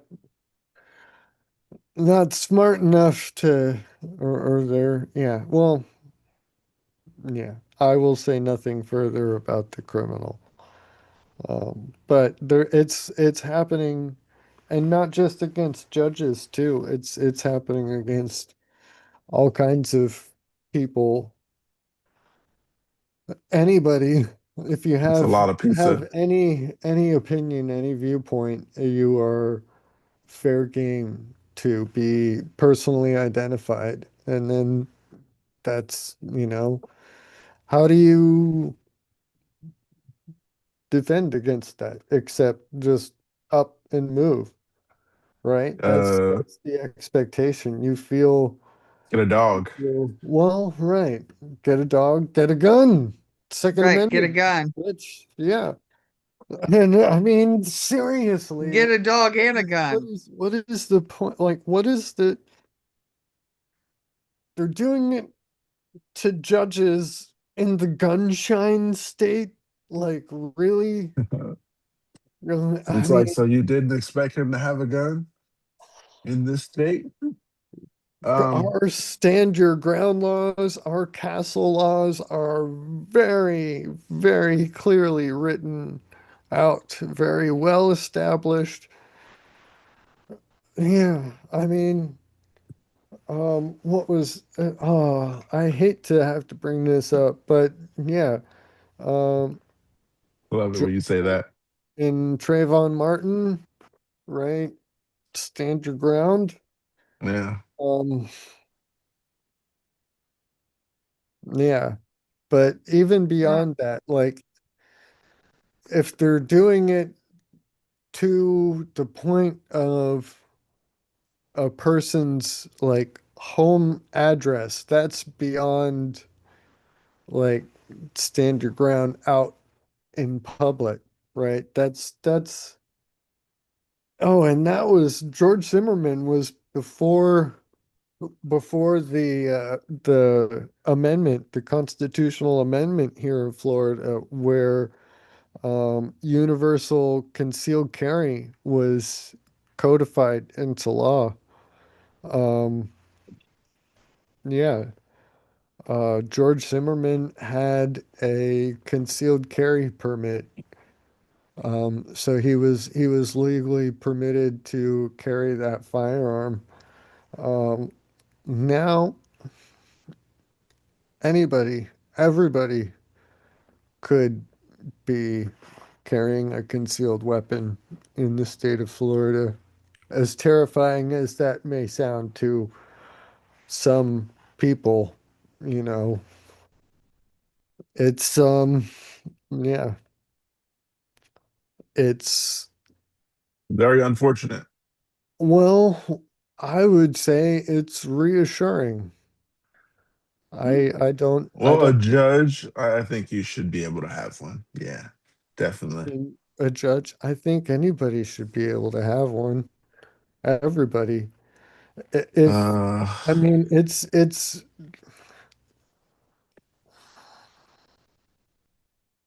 especially women.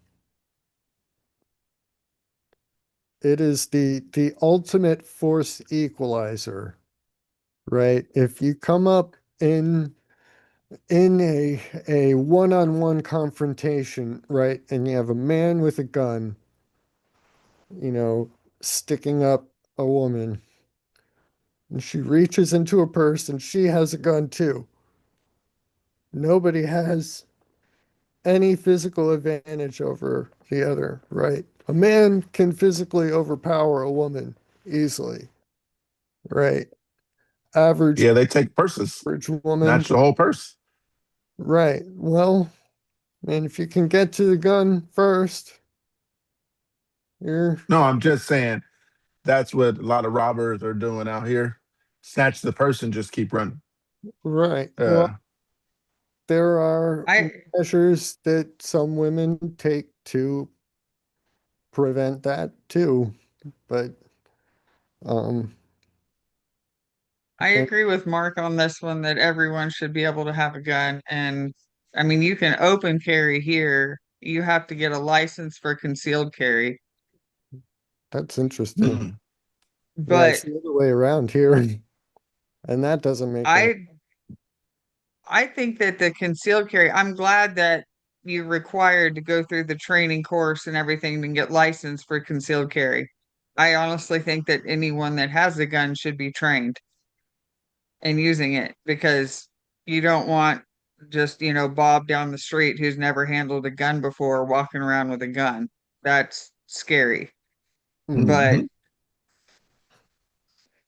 I don't know. Yeah, I'm with you there. I believe people should be able to own a weapon, but yeah, Yeah, with the own a right weapon, and I stuff. think it's also important anybody who owns a weapon, if they intend to carry it, they should practice with it, like routinely. It should be part of your routine is to keep up on that, just like anybody, Hone your you skill. know, yeah, just like going to the gym, you know, go to the shooting range and then go to the gym, right? Um, Keep yourself in tip-top shape. um, I was looking at California's gun laws, and you Oh, have to like totally keep it in the trunk, not the dashboard. as much good, how Yeah. much good will that do? Yeah. As I my think dad always said, probably it you what's the even have to, don't you even have to keep the ammunition stored separately from the firearm too? Yes. You can keep them both in the trunk, but it's not loaded. Yeah, I grew up with this hearing the saying from my dad, or what's the point of a loaded gun? What am I gonna do? Beat him with it? You know? yeah, Yeah. yeah. I mean, when I Mm, had my driver's license, I had I had a, little 38 special revolver in the center console, easily mm. accessible. Pull it up, pull it out. Well, was it the Nobody's revolver? carjacking Mark. No, no. But crazy enough, there has been a carjacking. I mean, we have to drive past it every time I go to the dispensary, the location of an actual carjacking. I mean, there's street cam video of you see this guy get out of this SUV that is pulled up behind this woman, and he goes and he holds a gun. He knocks on the window, holds a gun, and I mean, Those were get Apparently out. she was involved in some cocaine trafficking ring, and I don't know if she had product or if she had money to be laundered, but it was something. She had just driven all the way up from Miami or something. He was Like, probably what the hell are transporting. they doing driving through this suburb here? Like, what it makes no, but the suburbs are the best place to do this stuff because nobody expects it to be Quiet. here. Right. Yeah, it's quiet.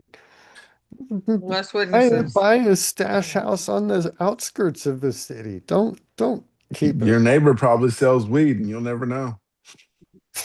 I mean, well, Florida, man, of course. Uh, yeah.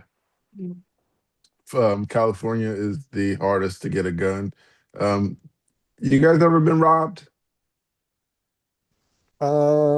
Yes, not like a stick up, but I have had property taken from me.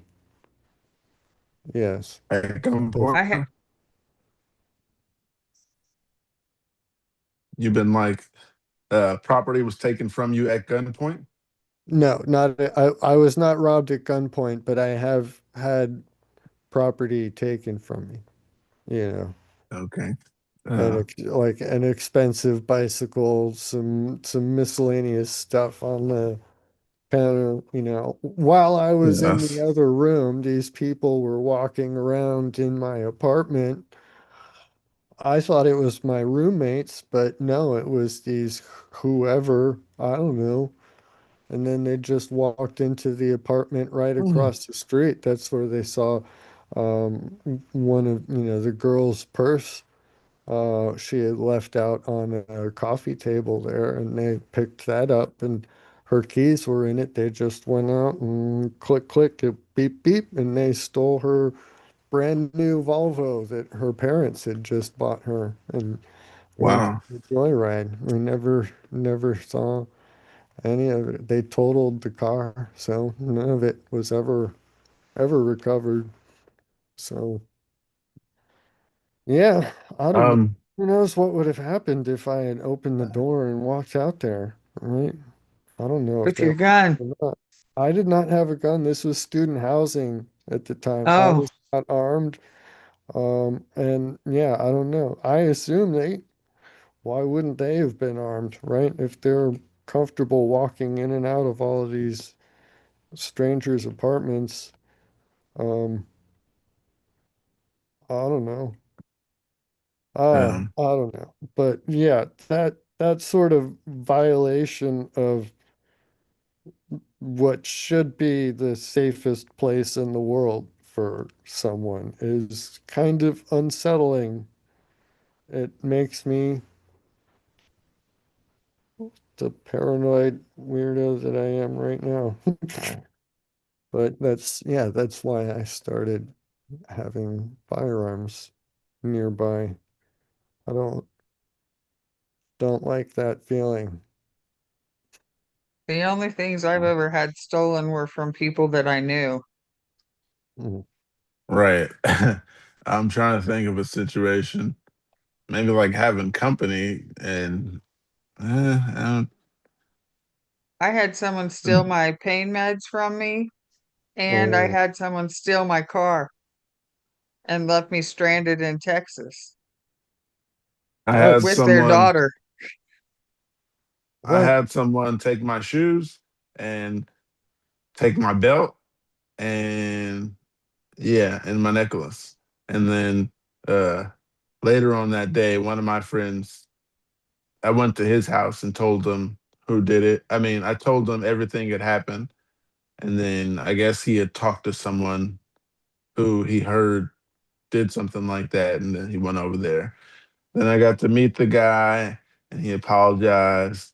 And yeah, my shoes was of no use to him that he didn't find that out until he took them. Uh, I have little feet for a 6'2" man. I only wear a size 10. Um, that's not a big foot for my size. I have a cousin I, who wears a I wear 22. I wear a size 10, man. Yeah, but you're not 6 feet. Right, I'm 5'10". Oh, uh, Yeah, I wear a my size cousin 10 wears too, size so for a 22. woman, I got really big feet. Same with my mom. She si- wears a size 10. We wear the same size shoe. Uh, yeah. Um, what else was I gonna say? Um, so my all cousin, four of us then could just interchange footwear. Is that what you're saying now? Well, yes, we could trade shoes on Tuesday. a women's size 10 is not the same as a men's size 10 though. Oh, Oh yeah. oh yeah, Okay. yeah. Um, That doesn't make my sense. mom can fit a Oh, 10 I in know it's 10 stupid. in men. Uh, where am So I? she yeah, wears my like a mom fits. women's size 12. Oh, Oh, that's huge. Sounds big. I Uh, I some of my shoes are 11s. It depends on the shoes. So my feet are wow. about the same size as your mom's. Okay. Hers are probably a little bigger, So, but not much. so if someone has let's put it like this: my cousin wears a size 22. I can put my foot in his shoe with my shoe on. Wow. That's how big his feet are. I And can't even imagine feet that big. yeah, I just like, what do you do with why? Why did it? How tall? do they have Mm, to make them like custom for him? yeah, he has to get them custom made, and he's about my height. He's a little Wow, more Wow. bigger in stature, yeah, but crazy. about the same height. And yeah, big feet, man. They run in my family, just not me. Just Uh, skip you. just skipped me. I wonder if it's gonna skip my children too.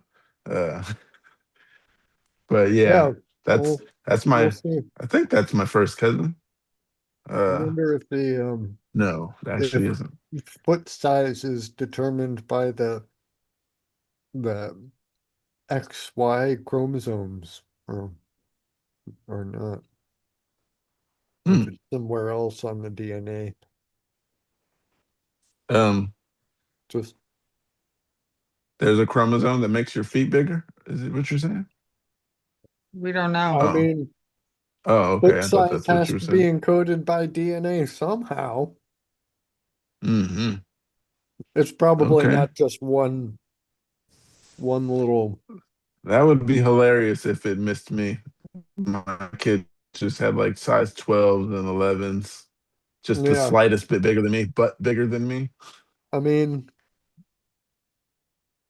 if their feet were gonna grow to size 22, there might there probably be some indications that their feet are gonna really grow soon. Probably really young. You'll see him start getting Yeah. bigger, bigger, bigger, bigger. He wore 13 at 13. So there were signs. Men's size 13 at age 13. Yes. That sounds like clown feet, man. How tall was he? We're the same height. So I imagine him No, being but the same height. how tall was he at age 13 with I those don't size know. 13 feet? Because of 13, Uh, I'm picturing like shorter than me, but those feet like three sizes bigger than mine. So, um, you know, what it was by then, I'm sure he got his growth spurt. I didn't get mine until early to mid sophomore year. So then I just spurted and then we're the what same age height. is sophomore year? Around 15, 14 to 15, depending on what year you go in. Uh, I was taller than my fifth grade teacher, and I've only grown half an inch since then. oh And it wow. was a man. It was a male teacher too. um, I wonder if he felt intimidated by you, like I actually have Probably not. something to I was go a with string that. bean. a little bit I of a was a Napoleon complex, short man maybe. syndrome. Yeah. I don't know. Maybe he drove a Um, really big jacked up truck. Yeah. Compensating for something. yeah, I got this thing here that actually said something like that. The pressure to provide when, wait, uh, the pressure to be a household is a lot on men these days. Uh, yeah, I'll read it. It says What? the I pressure to just provide is making men want miserable. to. I just want to share the mental image that I got of that. Go I'm, ahead. I'm picturing her teacher being this little like 5'5" tall guy walking out to a parking lot with like this big monster truck with the tires like gigantic thing. And I'm thinking, what would monster truck name be for somebody like that? The compensator.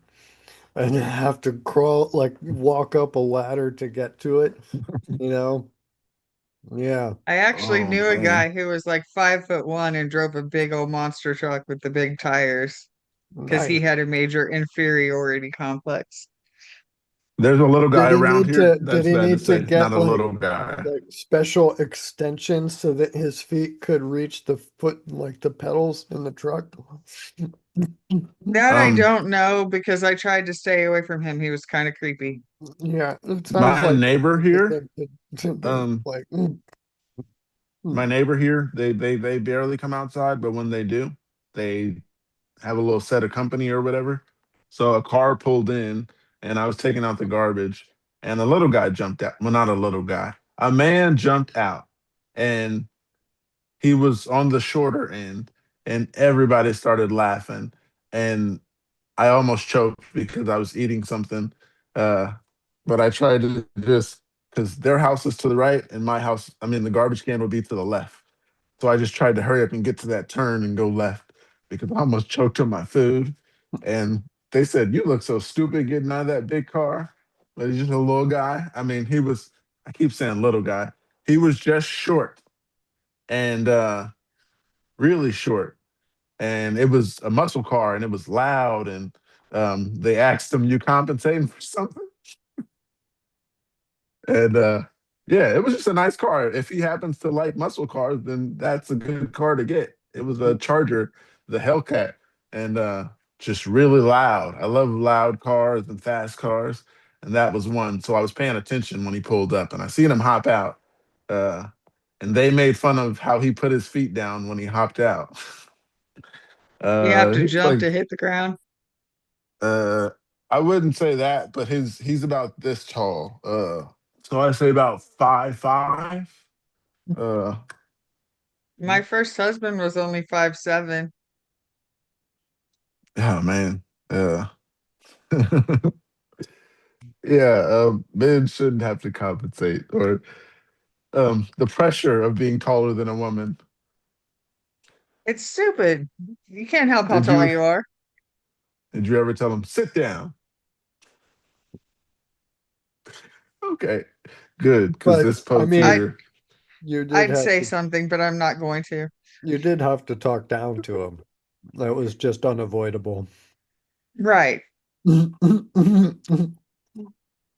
Um, yeah, but I found an article, uh, and it said the pressure to provide is making men miserable, and they are too brainwashed by patriarchy to realize it. Mm. Oh God. When I Oh was growing no. up, my family did not meet the The requirements of men are traditional, miserable and it's the men's fault. right. When I was growing up, my family did not meet the requirements of a traditional nuclear family. My dad was a musician and my mom was a musical therapist. They both brought in money. They also both cooked, washed dishes, shopped for groceries, did laundry, cleaned the house, and actively parented their two kids. They were equal partners in all regards, yet my father still struggled with the notion of, in quote, being the provider. In his eyes, his worth was tied to his income and his professional status. He regularly compared himself to his millionaire brother in law who spent weeks away from his wife and children, worked until midnight on Christmas Eve, bought multiple houses, that he barely enjoyed and was always on the edge from his high powered job as a financial analyst. Meanwhile, my father, my supportive, talented present father, considered himself inferior because his bank account balance was lower and his house was smaller. The pressure to be manly takes a serious toll on men's health. Look around any nursing home and uh, you'll see several females to every one male men dot dot dot. It says male, and then there's a dot, then there's men dot dot dot. Um, However, a Male, what? 2022 study Could you in repeat that psychology, bit? I don't, I don't think I understood what was going um, on. They were it says the using pressure to be manly takes a punctuation to, serious. No, they just ended the sentence with you'll see several females to every one male, and then there's a period, and then there's capital men dot dot dot. Um, man, man, what? I have That to doesn't send you make the sense, article to but understand. just go ahead. Yeah, just go ahead. I don't, Um, yeah. However, a 20 it says however, by the way. However, in 2022, a study in the psychology of men and masculinities found that the cultural requirements of manhood are shortening men's lifespans by years. The study explored something called precarious manhood beliefs, or PMB, the toxic notion that one's masculinity must be earned through behavior and achievements. The countries with the highest internalized PMB had the lowest life expectancy for men. In addition to having higher stress, these men were most likely to engage in risky behaviors to prove their masculinity. Smoking, binge drinking, having unprotected sex with ample partners, and doing impulsive, dangerous shit solely to seem more manly. Oh, that's that sucks. Uh, Doing a lot to prove. I didn't try to prove that I was a man by drinking and none of that. Yeah, I so think thoughts it on a that? lot of guys I think a lot of guys think that doing all of that kind of stuff makes them feel more or maybe seem more to their peers like they're, quote unquote manly. But it's I don't know. It's Um, stupid. It seems Don't like the buy into it. article just kind of abruptly ended. I don't know. What was their point? What were they actually saying? It doesn't sound like they were doing anything except mm, just kind of repeating the same sort of um, language used by that feminist propaganda against patriarchy and capitalism without really any actual reason Substance. for it, or they were just, I don't know. Can you send me the article? I'd really like to read it and make sure I can um, I don't know. But side note, also back to the boats. I was just looking because Miami, I remember some of my earliest memories were like out in marinas and stuff, and there were a lot of those like, really long cigarette boats, go fast boats. Like back in the 80s, there was a well-established tradition of oh, cigarette boats running to and from cocaine smugglers off the coast. But I just looked, one of them right now, a 41-foot uh, Nighthawk is what it's called. $1.29 million on boattrader.com, I think. I think that's what it was. Yeah. um, They're like high school or high level ultra luxury status symbols and stuff. But yeah, um, just big tails, boat tails. So, There's some more here. I didn't oh, scroll all the way down because I thought those were oh, advertisements, but okay. everything goes under the advertisement as you scroll, um, which I didn't check, but I'll read the rest. It says the Yeah, that study, makes sense. It seemed like it ended abruptly. yeah, it did. So I was trying to figure out why, and I did, and it blocked off a piece of it, but then I just entered my email, and then it took it away. So now they're gonna email me a bunch of dumb stuff. Just Uh, unsubscribe as soon as they get you the first one. Just say block spam. yeah, so I got the whole article here, and they're going to email me based on what they see me looking at their page. Okay. The rest of the article said the study specifically referenced venomous animal contact. But the pressure to be masculine isn't just impacting men's physical health, it's also destroying their mental health. Compared to women, men are 3.8 times more likely to die by suicide, and yet only 12% of men seek out mental health treatment every year. When asked about their resistance, their number one excuse is fear of being perceived as weak or unmanly, even though surveys find that most women prefer dating men who have been in therapy. That said, the pressure to provide also takes its toll. And my dad's friends and my friend's dad, my friend's my friend's dad are now at retirement age. I am astounded by how many of them fell into the deep depression and severe addiction within months of retiring. It's not just anecdotal either. One study found that retirement boosts clinical depression by 40%, especially among men. Another study reported that 16% of retired men consume at least 28 units of alcohol per week. That's an average of 4 drinks every day. Why? Because men think they're only valuable when they're providing. And now they're not providing anymore.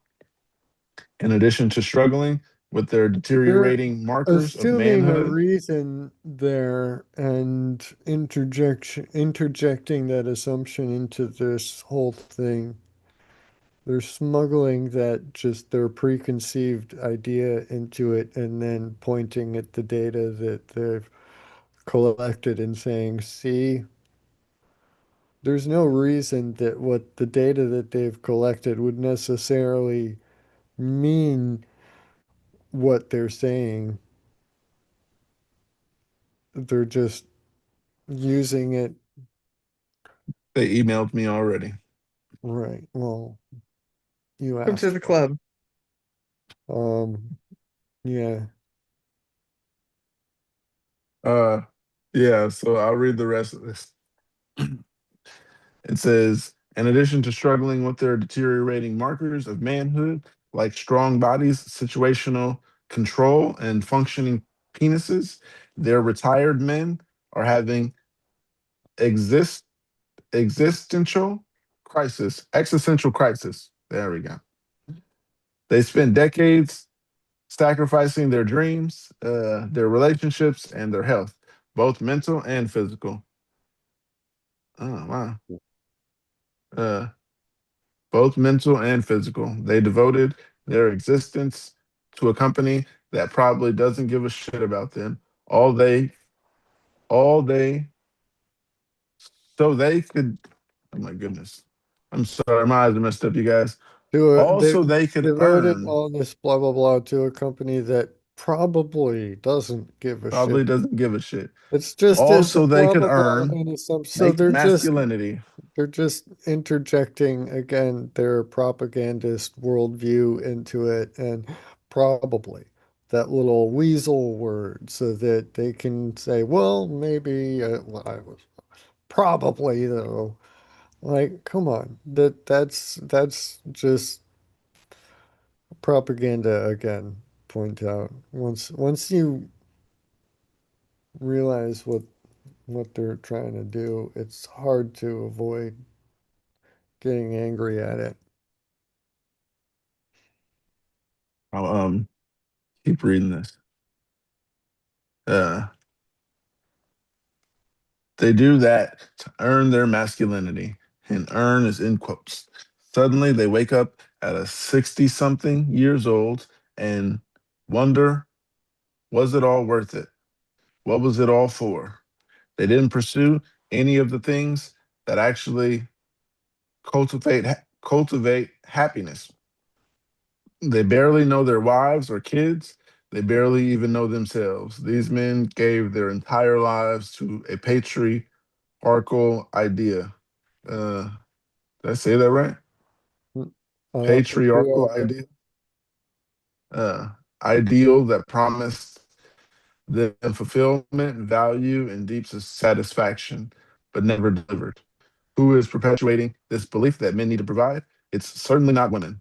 As of 2020, women outnumbered men in the US workforce, and one out of every three women is the breadwinner of her household. Statistically speaking, most men, most of these women don't care that their husband earn less, but they do feel the resentful that, the resent that on top of breadwinning, women are still doing the majority of the housework and childcare while simultaneously carrying the bulk of emotional labor.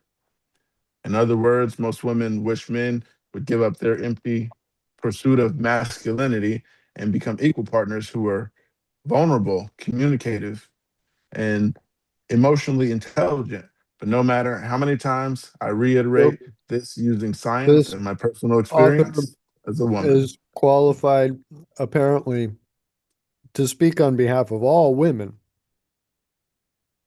and knows what all working women wish and want. Like, based on what? What is this? Why are these claims valid? What are hmm, these even? What even are these claims?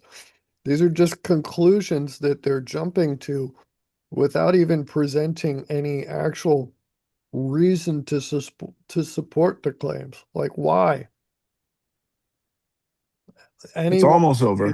any one of these statements, any one of these sentences, it just asks the question why afterwards, and there is no answer. They have no answer in that piece. There is no information, no data to support that conclusion. Just why? All you have to do is ask why, and all of this just falls apart. It's just an op-ed piece. I've seen you do that. Huh? I've seen you do that. You said why, and a conversation just ended. It had no why. But there's a little bit left on this article I'll read. It says, but no matter how many times I reiterate this using science and my personal experience as a woman, men, te- men tell me I'm wrong. They refuse to let go of the masculine provider role, and their arguments are not only factually incorrect, but also so steeped in outdated gender normative ignorance. I get depressed just reading them. Women who own homes and run businesses are a big red flag for every man who respects himself. A man commented on one of my articles, if I, as a straight man working in education in a rural town, went to therapy, I would get fired at the I would get fired and the state would confiscate and destroy thousands of dollars of historic firearms, another man wrote. And perhaps the most subtle dangerous, this comment that a man left on Robert K. Starr's article, how men can become better people.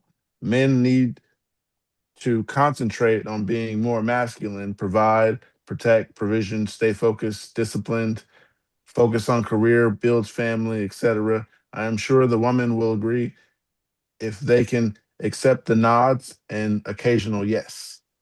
Spoiler, I, a woman, do not agree. Unless they want to die young, unfulfilled, drunk, and depressed, men need to focus on the exact opposite, making meaningful contributions to things that matter in this life, building genuine communicative relationships with their partners, kids, families, and friends, leaning into their emotions and passions, whether they're manly or not, becoming not more masculine men, but better human beings. At this point, some men are damning themselves and they're too brainwashed by the patriarchy to realize it. Mm. Yeah, I thought it was a man writing it at first, and then I heard her say, me as a woman. Uh, Okay, so hold on. Let me see if I can roll my eyes hard enough for this, okay? So obviously you disagree, Mark. uh, No, I don't think it's physically possible for my eyes to roll hard enough for that article. So do you yeah, disagree? Yeah, pretty much every point. she had some points. She had Uh, She's some got some points, but very good points, and I agree with a lot of what she says. So I'm really curious of what your thoughts are. well, I mean, we need to go and read through one by one. I agree with some observations, but then she immediately goes off into wild speculation, and that speculation really rarely had any actual basis in fact or reality. It was mostly just ideology and really misguided ideology, in my opinion. Um, yeah, So I mean, you, it's hard for me to be more specific than that because we couldn't stop and go one by one for me to refute every single thing that was wrong with it. I think we'd be um, here for like 6 hours. Um, okay, I have a question. Do you feel like men in general are raised to, you know, protect and earn and all that kind of stuff hmm that she was saying? That's kind of how they're raised, right? it's not only how And they're raised, it is their biological nature as men, as testicular human beings, and all of the testosterone that comes with that in the puberty of that gonad configuration. that was the Yes, article. I, Sent it I to you. think I think yeah. Men are naturally competitive, naturally protective of what they have competed for, natural leaders more so than women are. And this is so just you on think women average, should this just is stay pregnant and in the absolute. kitchen? Did I say that? I'm No. asking. No. Did I say? I mean, don't I'm not saying jump you said to it. I was just, no. that's kind of the impression you get is that it's the, you, I feel like you're saying that men are Well, this way and women aren't. if more American women chose to have children in their 20s and early 30s as opposed to going to college, then the birth rate crisis in this country would not be what it is. And we would not need to be importing immigrants just to keep the population and the GDP uh, in line, in track with that, to keep it competitive with other nations as we, I mean, Oh, it's a is that competition. no, it's not a competition, but if the United States is not competitive in the global economy, then we're going to lose our place as the de facto leaders of the global economy. We're going to lose our place to China, and that will significantly hurt the dollar. And if the dollar takes a hit, then our like all of the country's purchasing power will just like boom, just Okay, but I still don't understand why you're saying that. Oh, I can't find my words now. I It mean, just seems we've like you're gone so saying, far downstream from the initial point that I had and just made that men are naturally competitive. I don't see why we need to be arguing like global economies when what we were I don't, really actually asking was just are men Um, wired for I competition? believe everything that woman said. Men I are, think a yeah, lot of kind of bred women, like that. I don't think that, I don't know, I don't feel like I need a man to protect me and take care of me. Why do men feel like that is their role in the world? It's just passed down to us, and it's I mean, kind of seen like you should be doing that. You get kind of made fun of, your girl makes more money than you, and you get laughed at. Um, so That's it's the whole, gotten I that mean, bad. I or don't you know get why. laughed at, you don't have, you can't get a girl, you Yeah. know. did you just say you can't get a girl? Yeah, yeah, you get mocked, you get laughed at if you're single, 40 years old and single, a perpetual bachelor, you get laughed Gotta at. start Mocked. now I because mean, I'm there's 36. entire movies based on this premise. 40-year-old virgin. Come on. You get Yeah. laughed at if you're single. You get laughed at if your wife makes more money than you. You get yeah, you're expected to be the breadwinner, the leader, the head, That's not how, just I'm just saying that's culturally. not how it should be. Our culture needs to change. I see that now that I read this, and I don't know Bec- how and if it'll change. That's a lot of men to I get don't to, know but either. I see what you mean. It just, Um, to me, it seems like that's what the whole article is saying. It's like we need to change this because it's causing harm to men in general because they're raised to feel this way. Why can't everyone, I mean, why can't everyone just be people? um, we got a I don't comment think, here. Oh, go ahead. You say you don't think what? Because I need the woman I just, opinion. I don't think that it should be the way it is. I think that everyone should just be partners. You get with somebody because you care about them and you love them and you want to be equal. I don't want some man to be superior to me. Fuck that. Be my Yeah, Not partner. superior. it's just. I'm not saying what we told. It's just been happening for generations, and it's just been shown that's what works. But yeah, that you need to make It's a per sure that you have a better job than she does. Um, Can you copy and paste the full text of that article into something so that I I don't have send to it. put my email in there? I send I it. Oh, send the. don't Okay, wanna, you I want don't that? wanna, Okay, the words. yeah. Uh, yes, I can do that. Actually, it won't let me do that. Actually,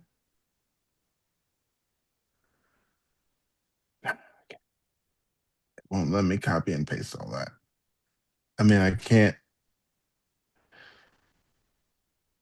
grab it all. So, hmm.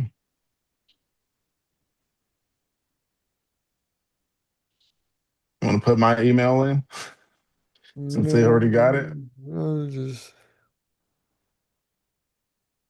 Um, yeah, the article. I agreed with her a lot of some things. I mean, a lot of things she said. I was like, wow, where'd she get these thoughts from? But then she had those percentages, and if she's right, then yeah, and a lot of the things she said is right. I this don't know about sounds it like taking their a lot lives of a years. lot of critical theory that was taught during her undergraduate time at university and then has been retroactively applied in a lens through the lens of critical theory, looking back at her childhood. This is what she sees. Um, I don't, Yeah. you know, Men and women, we got a any different any sort agenda. of any sort of issue is inherently a an issue of power imbalance. And no, I mean, no, that's not the case. That's not true. But if you force everything to be seen that way, then you jump to a lot of unsupported conclusions that you can just take as axiomatic.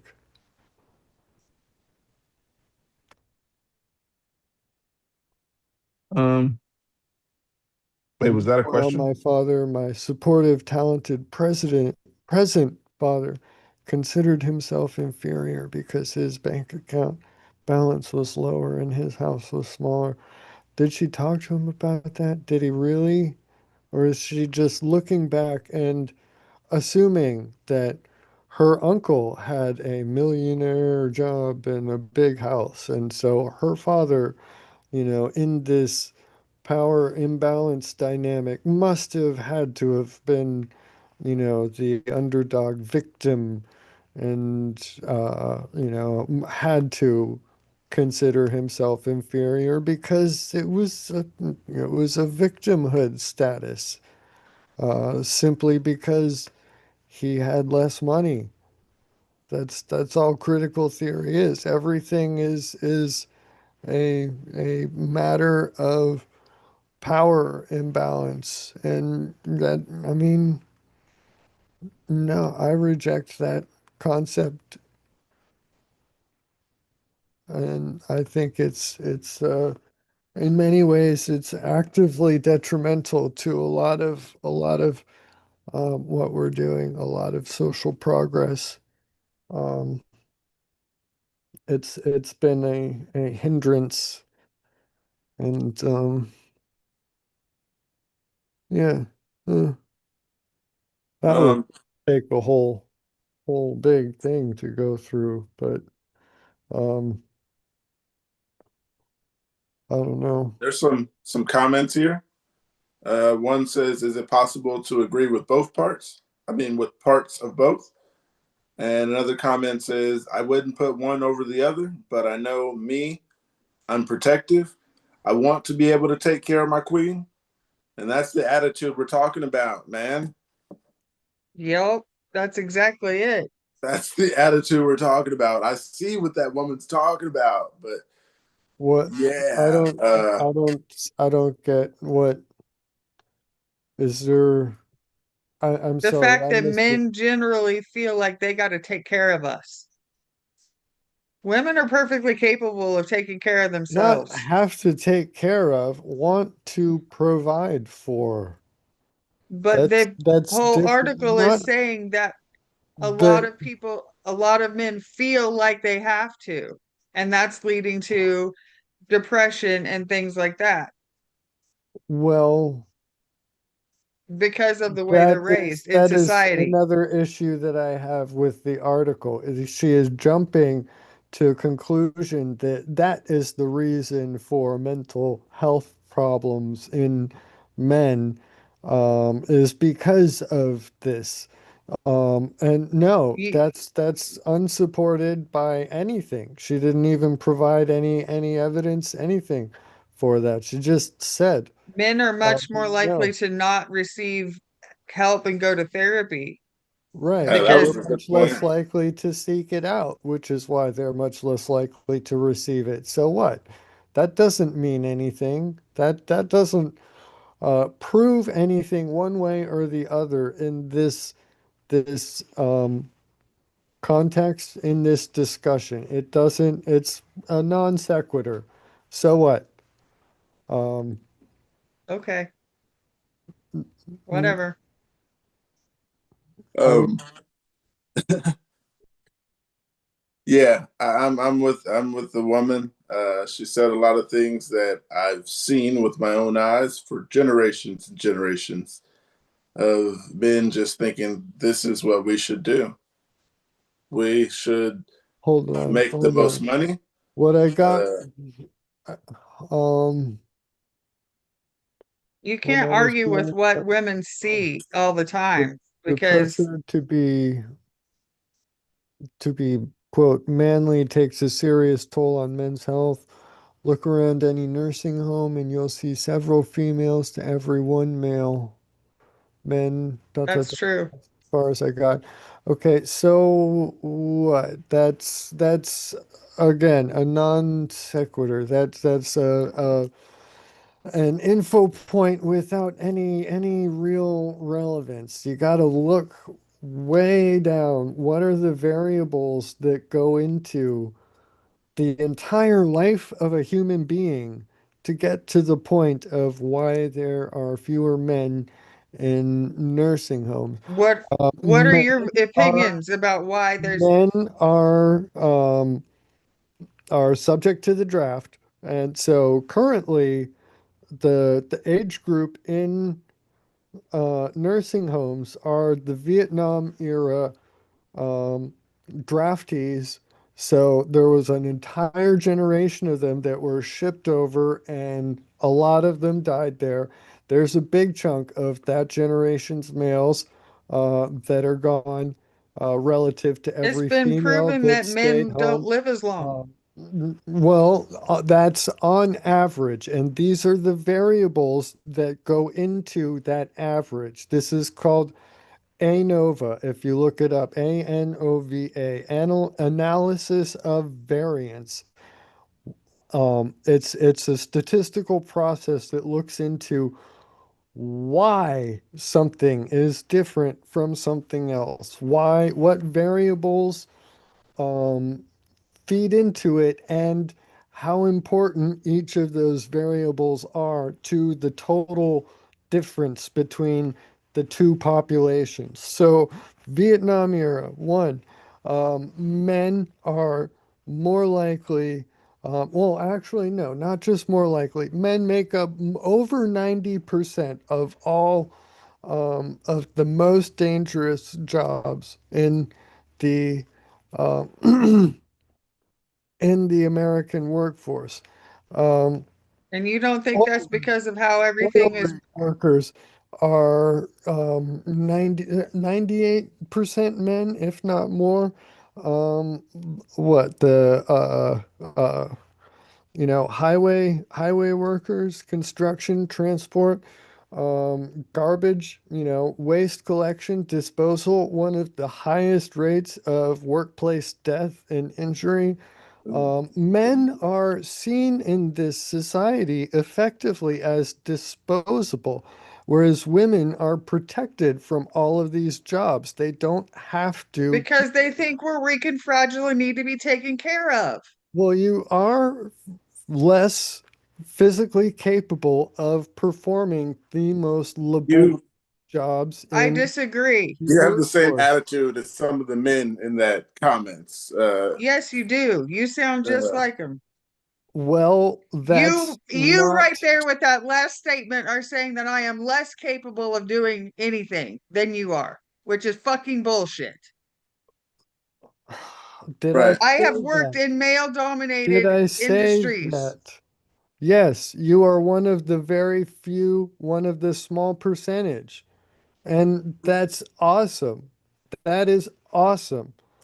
There but are you're such a automatically small saying that women percentage. aren't as good I Right. did not say that women are not as good. I said that men make up the vast majority of those workforces and are generally because you're seen as stronger. more disposable. I don't think anyone is more disposable than anyone else, and I don't think any one person is more capable than Well, anyone then else. why are women not subject to the draft? Well, that's a political bullshit. That's Yeah, I was Is gonna why. it say. Because really? our government is fucked Is up. it really? Would you want to have been subject to the draft? Fuck in no. a Uh, I don't think time that the period. draft is, I don't like the draft, and this isn't fucking Well, no, politics. that's We're not not the talking about point. That's not politics. the point. If you had to, would you have wanted to sign up for the draft along with all of the 18 to 25-year-old males? If you were I in don't that age group and you're a female and you had the option not to, I or the don't think option that women to, should you're be not treated any allowed to. You're different not than even men. allowed to. I don't think that women should be treated any different than men. There are thousands upon thousands of women in our military that go to war just like all the men. And none of them get sent to the front lines because none of them are physically damn. capable of doing the same roles Um, that men are at the front lines. Bullshit. They do That's support fucking work. bullshit. They do aircraft, they're pilots and stuff, but none of the boots on the ground soldiers at the very front, none of the Have you been Navy there? Do you SEALs, know? none of the Navy that's SEALs, none of the top tier operators, none of the special forces except women. that that No, kind of only proves none her of them right have though. made it, as far as I'm They aware. put the men out there because they feel like that, and that's how men feel. The men Um, All are the men are running expendable this and women bitch, are and all not. the men put all the men in the position because they think men are better, just like you're saying, which is Because fucking women are bullshit. not able to pass the physical tests to get into the special Bullshit. forces. Yeah, okay, fine. You I can say call bullshit bullshit. all you want, but I mean, you can call me bullshit too. on truth. That doesn't make you right. It doesn't make you right either. That's true. Um, But I mean, I am right. So, You always no. think you're right. well, I mean, I know I'm right in more cases than not. That's Not just an this one. arrogant I thing to definitely, say. yeah. I mean, I am arrogant. That's not new news to you, is it? I'm not But yeah, saying you are I've arrogant. I noticed. said that was an arrogant thing to say. If you want to clarify everybody's words and what they're saying, then make it right. That applies to you just as much as it applies to me. You always tell me don't put words in your mouth, but I did not call you arrogant. I said that was an arrogant thing to say. yeah. And I said I am arrogant. I never said you called me arrogant.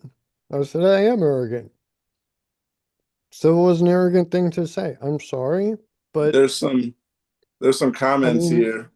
when I'm Yeah, read some talking about comments. something that I know for sure, I'm not going to just give in when I see. somebody else is wrong. Well, you can have your opinion of what's wrong, and I have my opinion of what's wrong. So go ahead, Pookie, read those comments. Yeah, I'm for the women here. One comment says, "When I say I want to take care, it's just me wanting to keep her happy. I have been a breadwinner, and in the same relationship, I became the house dad." Hmm. Another one Can I says, "I don't hold on? believe Andrea is I an got something. exception." While You You go didn't ahead. want to read that other one in there from Angel?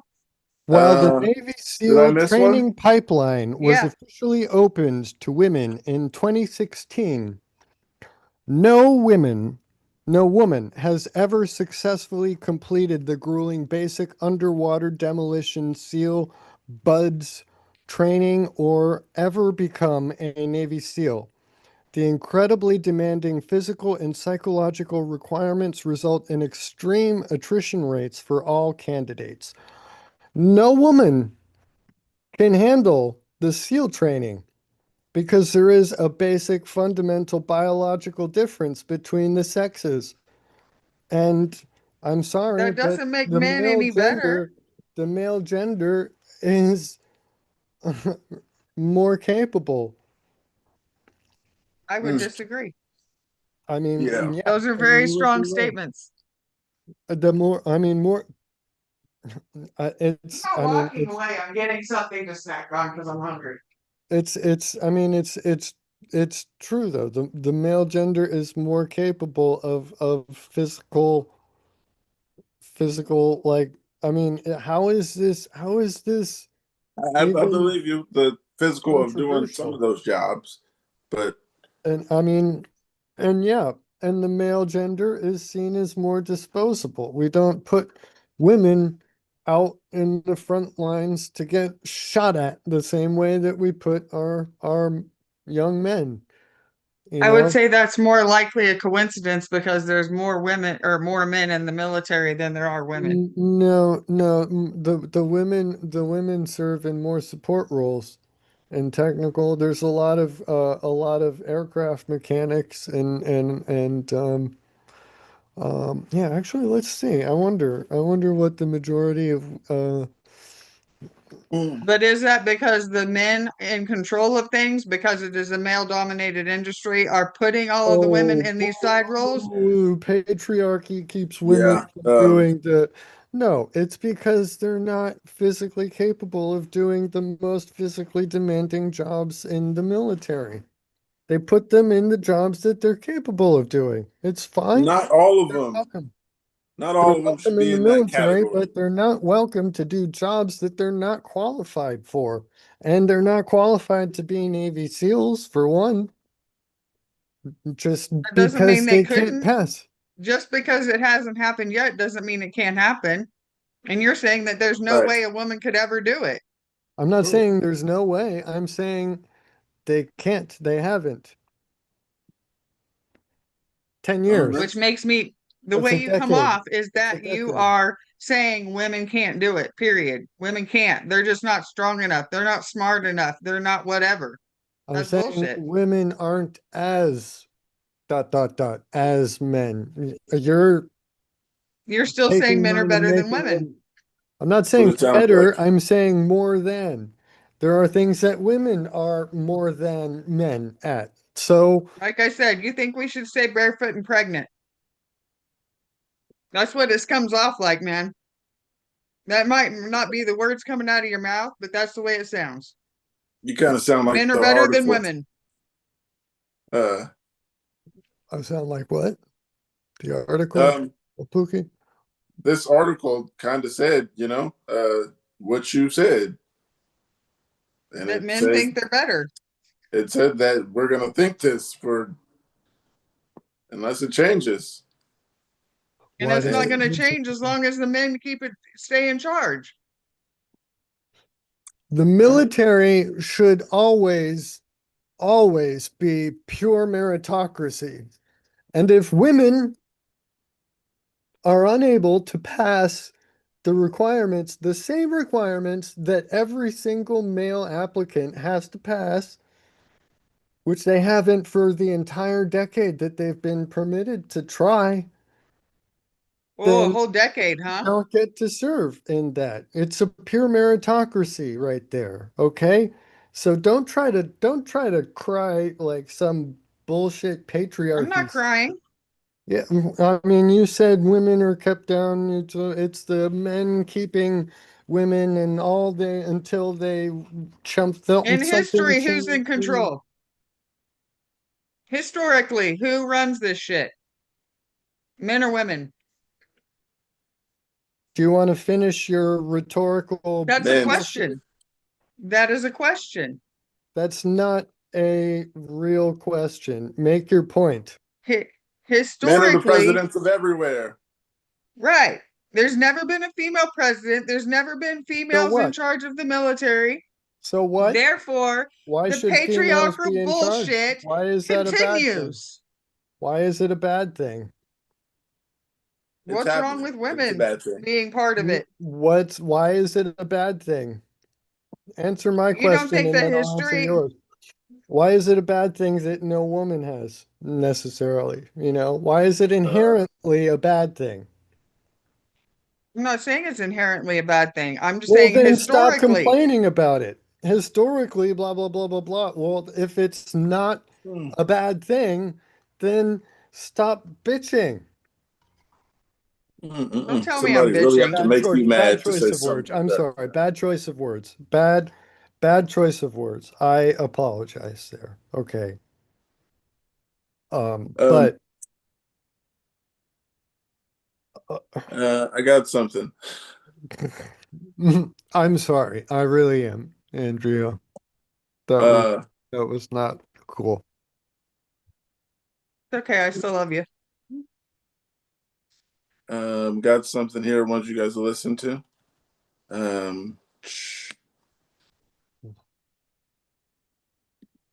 To have dance offs to protect our wives, or are we raising our sons to be protectors and providers for our wives? So those on the more liberal side probably are enjoying the dancing video, but looking at it again, I'm raising my son to be warriors. I want them to provide, to protect not only their wives but their kids and our country.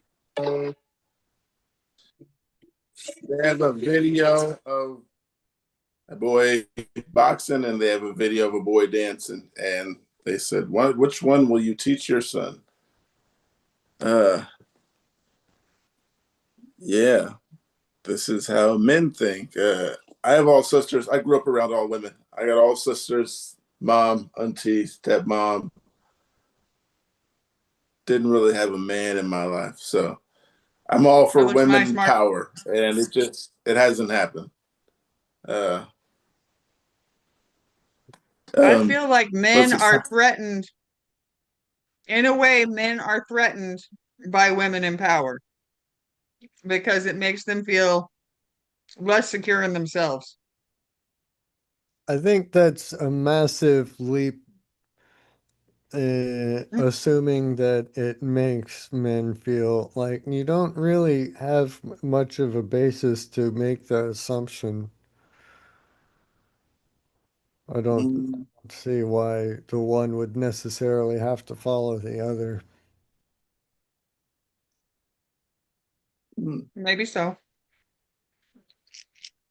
um, Just speaking from my experiences some of the comments as a here. woman. One Go comment ahead. says, God made women to be our equal, not for us to be their superior. Then someone asked to mute you, and then someone said, women are more even tempered than men and better suited for anything. Wow, quite some comments out there. Better suited for anything? No. Yeah, you don't know. You never know till we try it. You got to give us a chance before you know. If we're not even given the chance, how are we supposed to know? I got something here about our governor. Well, the governor here in California. Um, they're putting it a lot on the news because it's our governor. He's like, Trump is looking bad at me because, or they're calling him the bad guy because he won't approve, or no, because he does approve of, what is it called? Trans being in the female sports. I didn't agree with that, but there's a lot of people that do, and there's a lot of people that don't. And I don't know how many, if the difference is between the don'ts. I don't know the difference between the do's. But yeah, I'm not sure. Well, I'm not going to say I'm not sure if I like that. I don't like that. Because Don't you're like what? a woman, I mean, a trans A man is a, man Maybe a man ranked like 200 something in men's sport deciding, okay, I'm going to be a woman now and compete against all the women and then take the gold medal for the women's version one, of his same sport.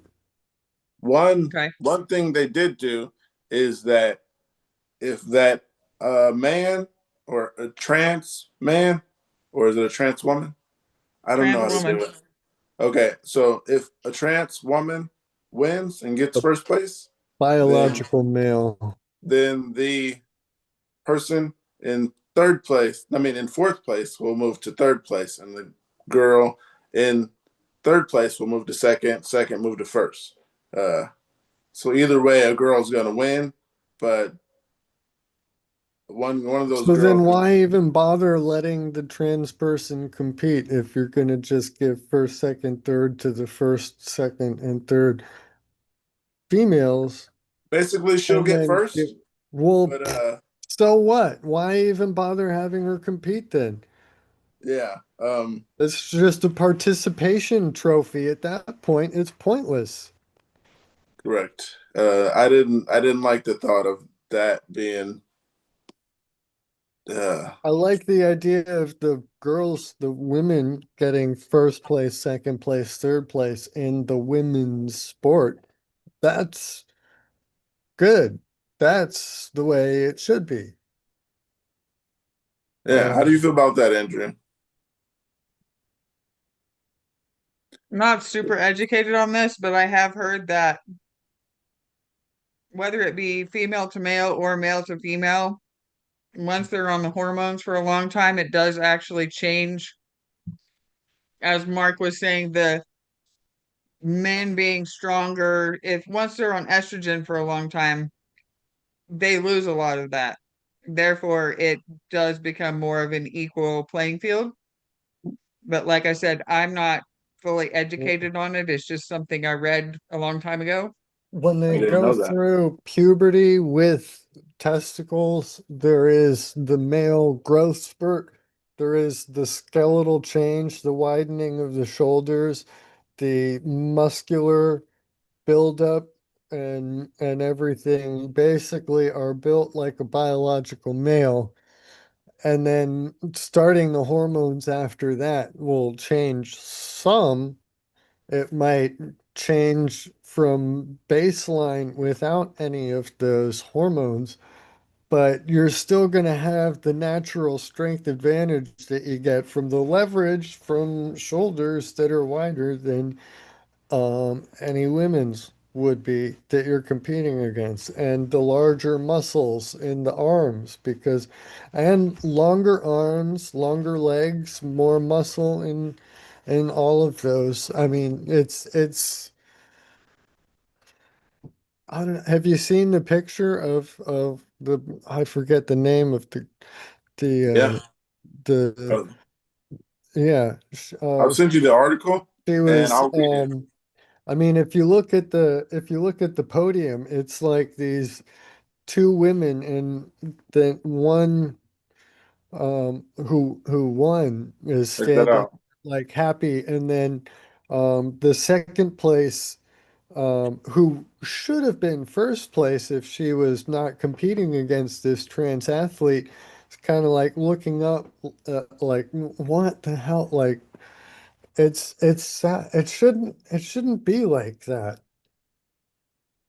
Yeah, I don't think men should compete against women. I'm sorry, someone might say something. I said men, but that's Okay, I in let's. mean, this picture you sent, which one is the trans female?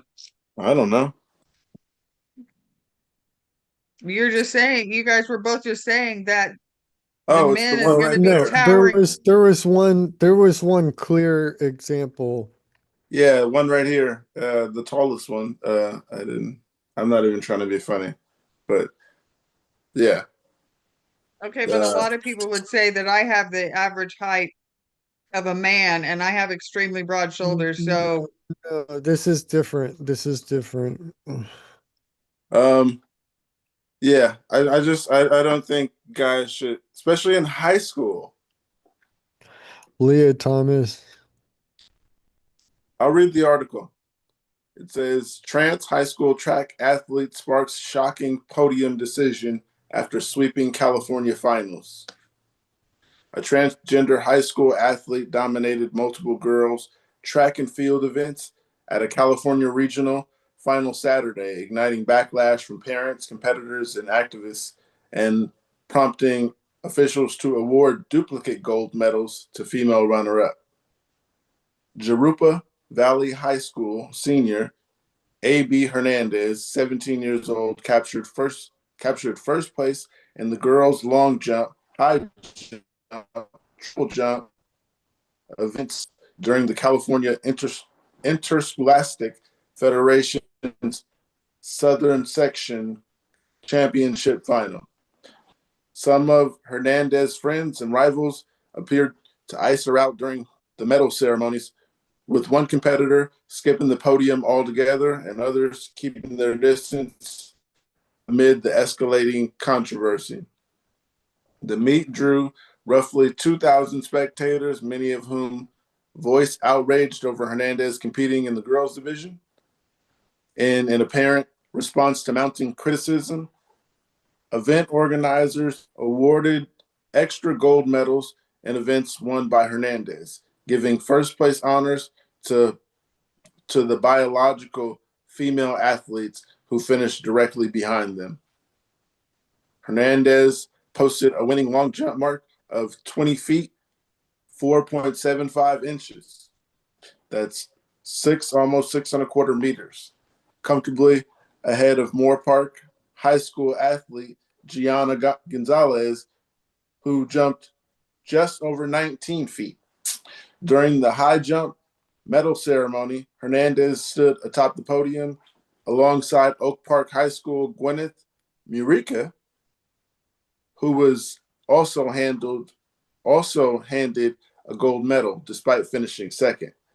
This was the only time on Saturday that Hernandez stood next to a female athlete on the podium.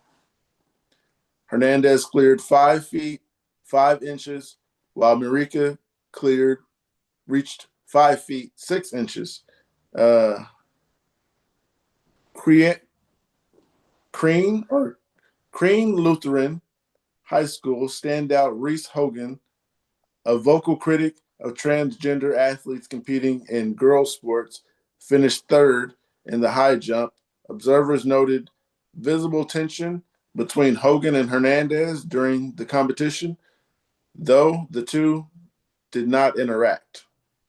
Hernandez, wearing the pink-soled Nike spikes and sparkles woven into the twin braids, also claimed second place in the triple jump, beating Shadow Hills High school athlete Malia Strange by nearly 2 feet. But when Hernandez stepped onto the podium spot for the triple jump medal ceremony, Strange, who was expected to stand alongside Hernandez after receiving a matching gold medal under the CIF's pilot policy, did not appear, raising speculation that the third place finisher intentionally snubbed the celebration. A little bit left. The athlete's mother, Nereda Hernandez, 44 years old, sat in the bleachers alongside female companion and declined to comment to the posts. Among the crowd were parents of 17-year-old athlete Olivia Viola, both wearing pink shirts reading Protect Girls Sports as they supported their daughter at the meet. She thinks it's a fundamental issue of fairness. Olivia's mother, Tracy Houghton, 55 years old, told the Post, she's a fighter for the rights of female athletes. It's very simple principle that what she's standing strong on, it shouldn't be that controversial. It shouldn't be that controversial. Houghton also blasted California Governor Gavin Newsom over comments related to transgender athletes in girls' sports. He's tried to peg any female who's trying to stand up for women as bullies, she said. It's a way for him to try to shut them down. It's easier for him to fight the girls. For him, if the girls don't speak. Olivia's father, Juan Luis Viola, accused state leaders and CIF officials of failing to defend female athletes. She shouldn't be one fighting for this, he told the Post. Where are the adults fighting for the kids? Critics at the event repeatedly invoked the Title IX protections, arguing girl athletes are being undermined by allowing biological males to compete in female divisions. Title IX is a landmark federal law that bans sex discrimination in any American school or educational program that receives federal funding. Spectator Mary Davis, 60 years old, called the situation, in quote, a form of neo-misogyny. I'm here to support the girls, Davis told the Post.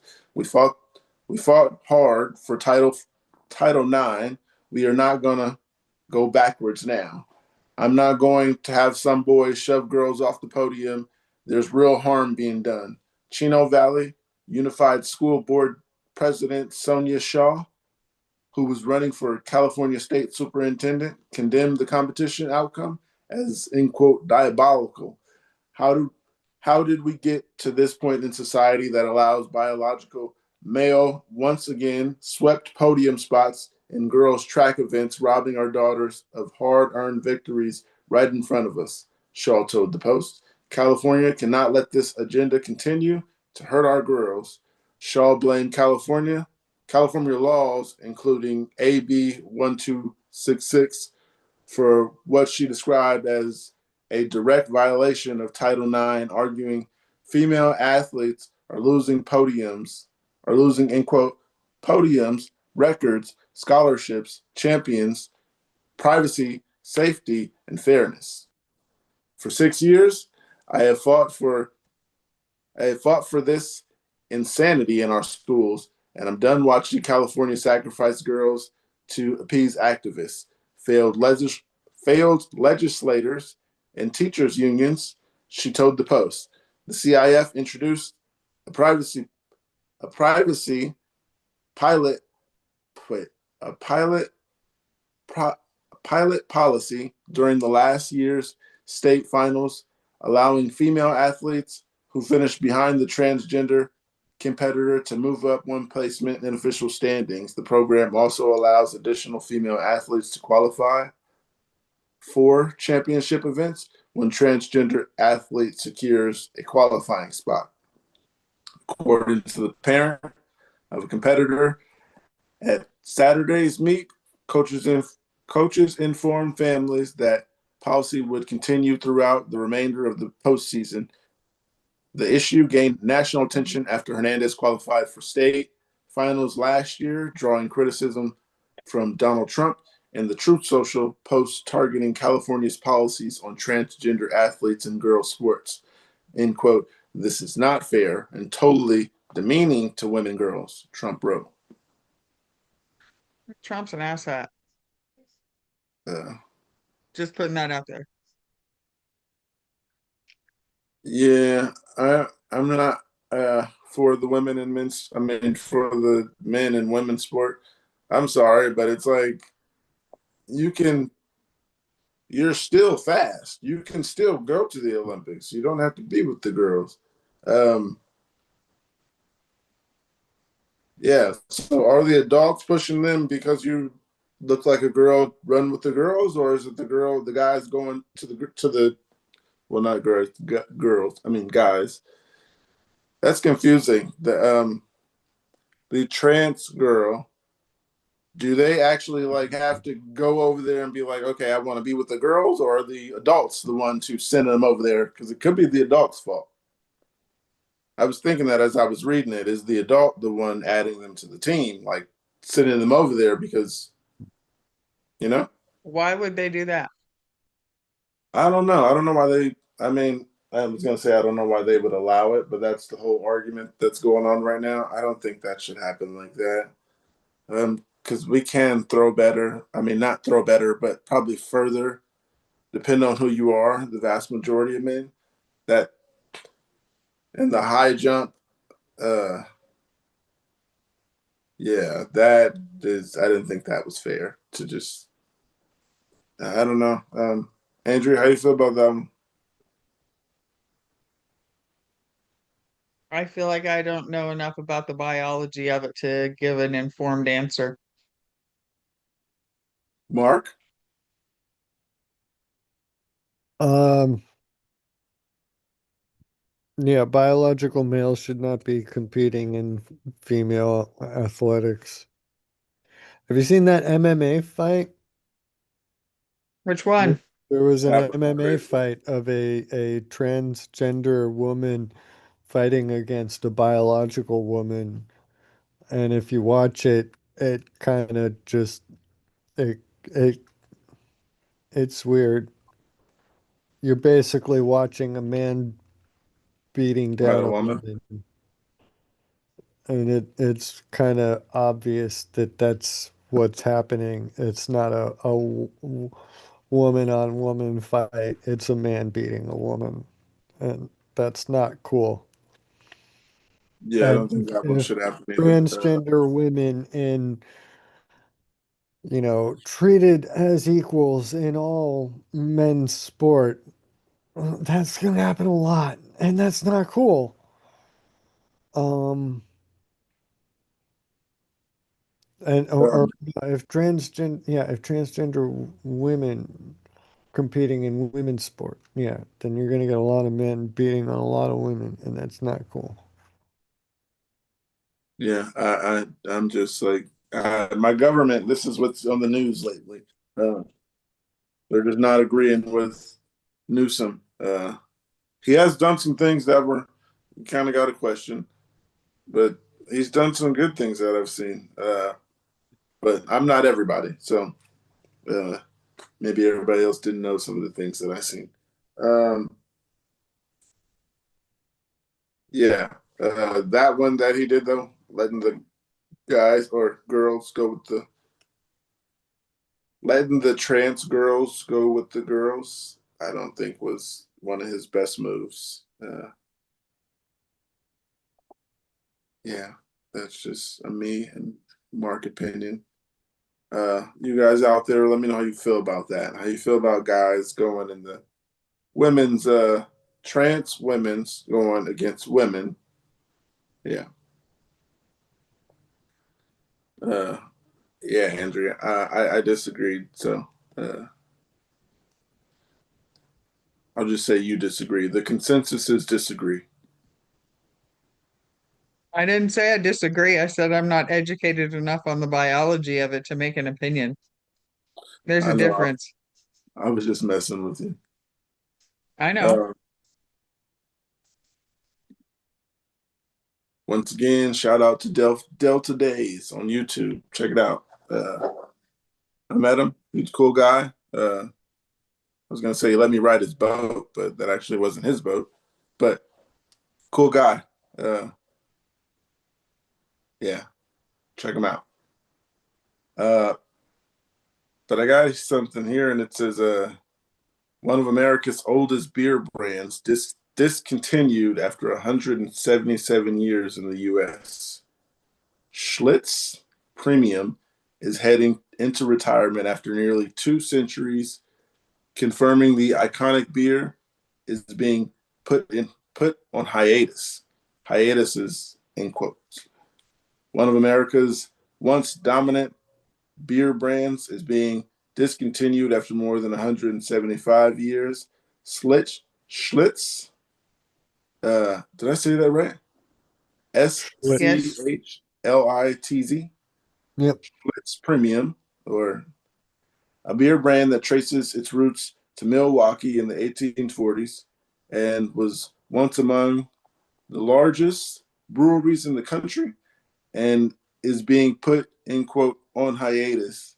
Uh, on hiatus, parent company Pabst Brewing Company confirmed Friday after Wisconsin Brewing Company announced it would brew the brand final batch later this month.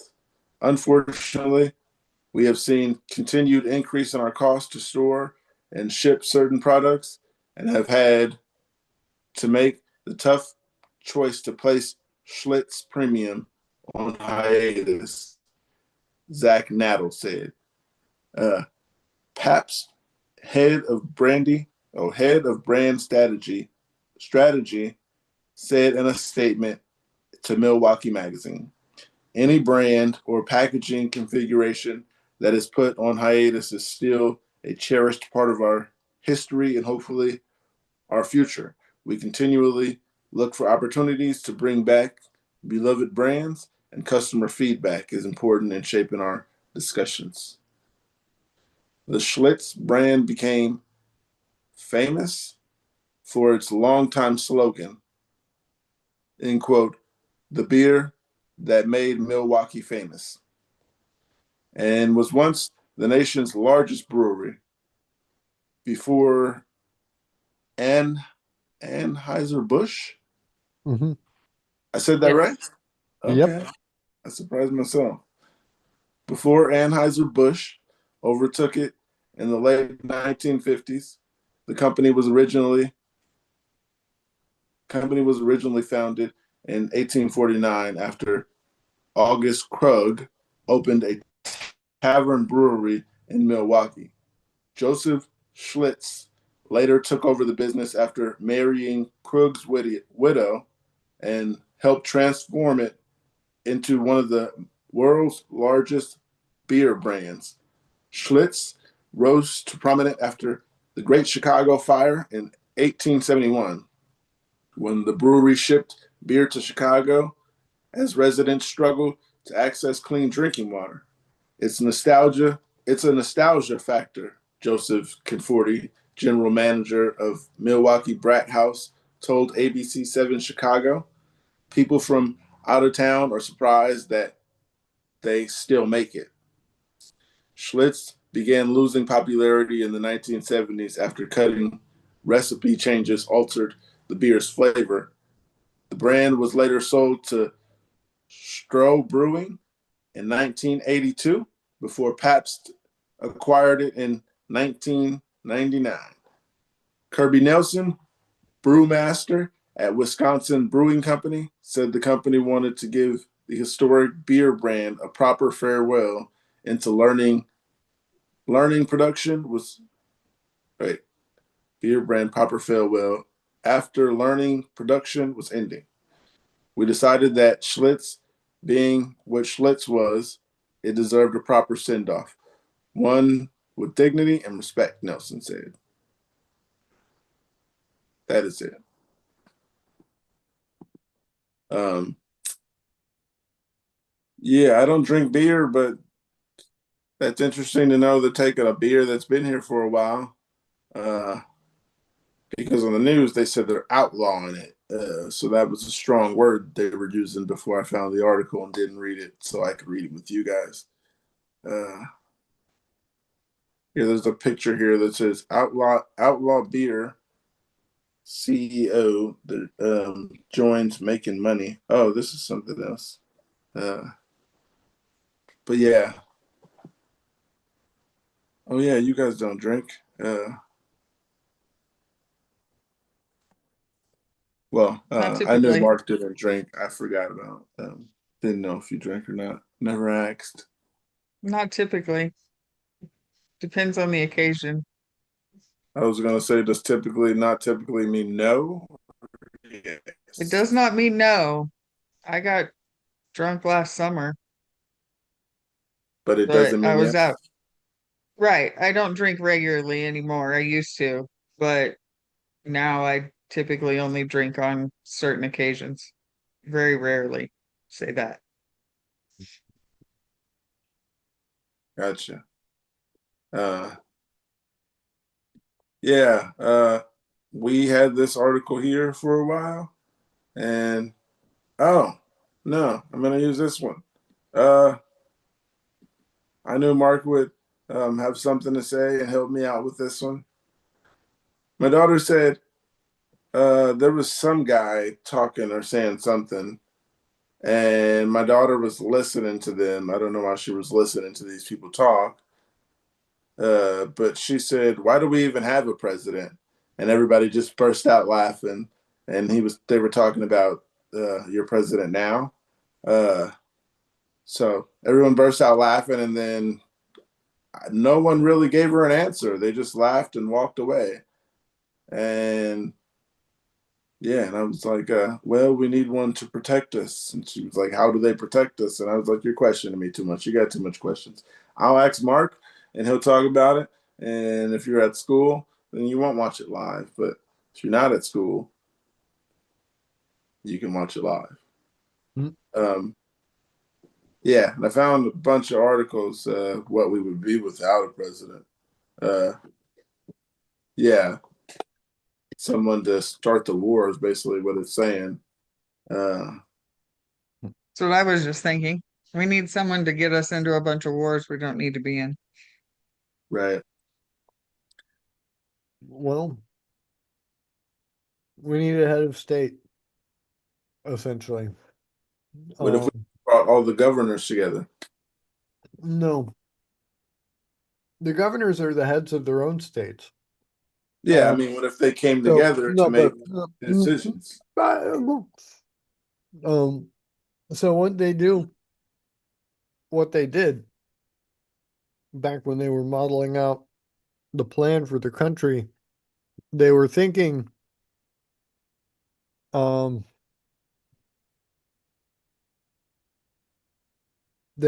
kind of along the lines of um the ancient Greek um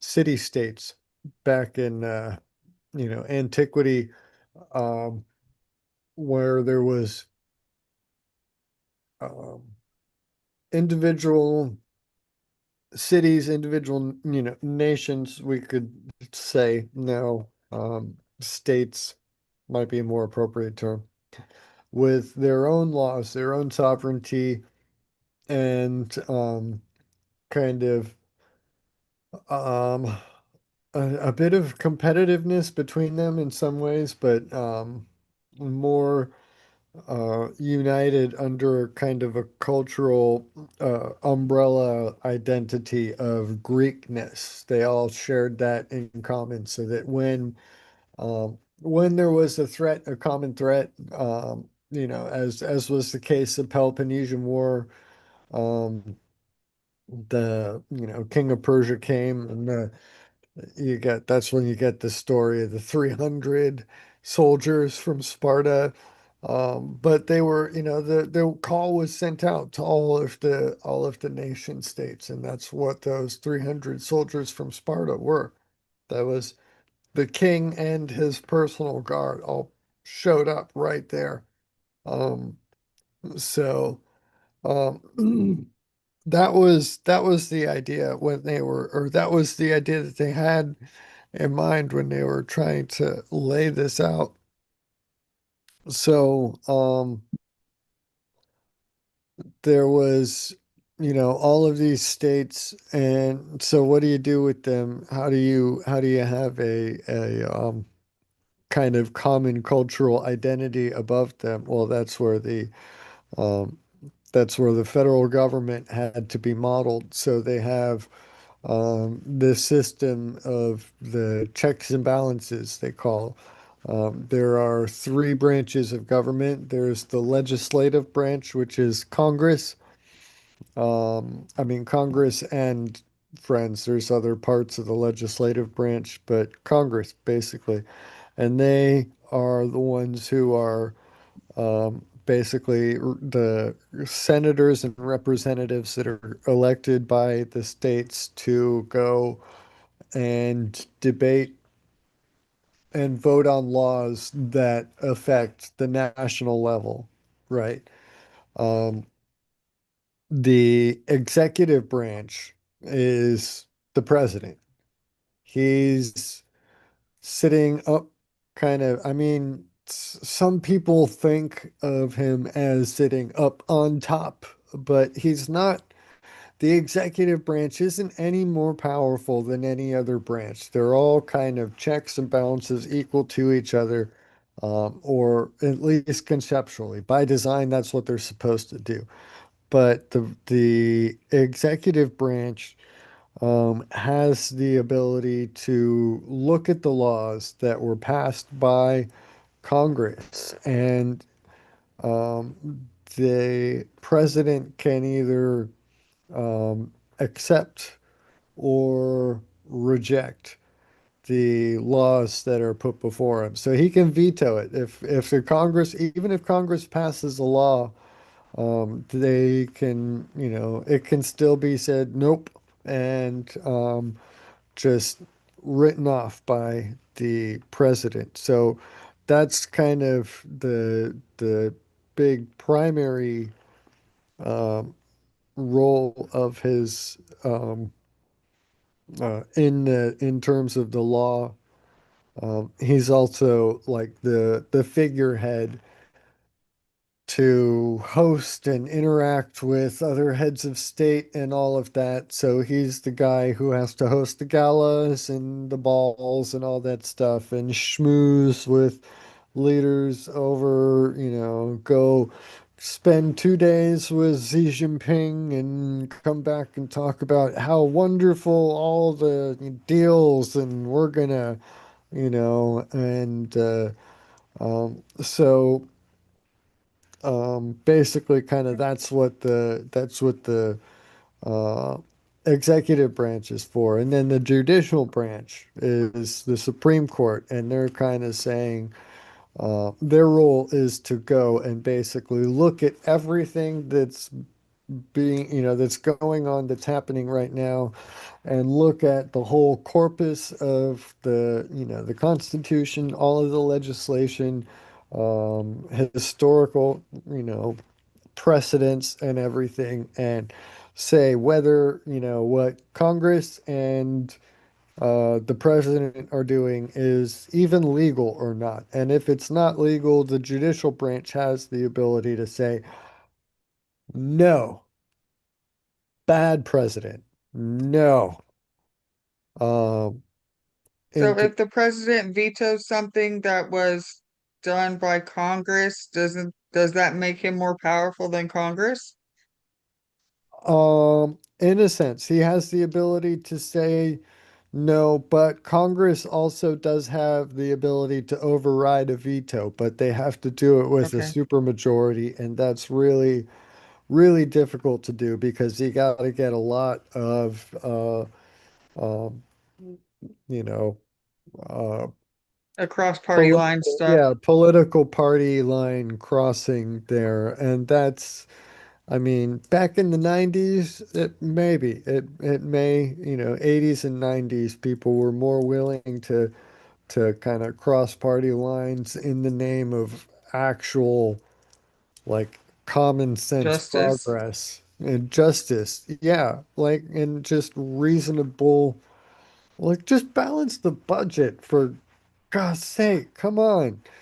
Um, but no, that's too politicized now. We need to spend more in the defense industrial complex.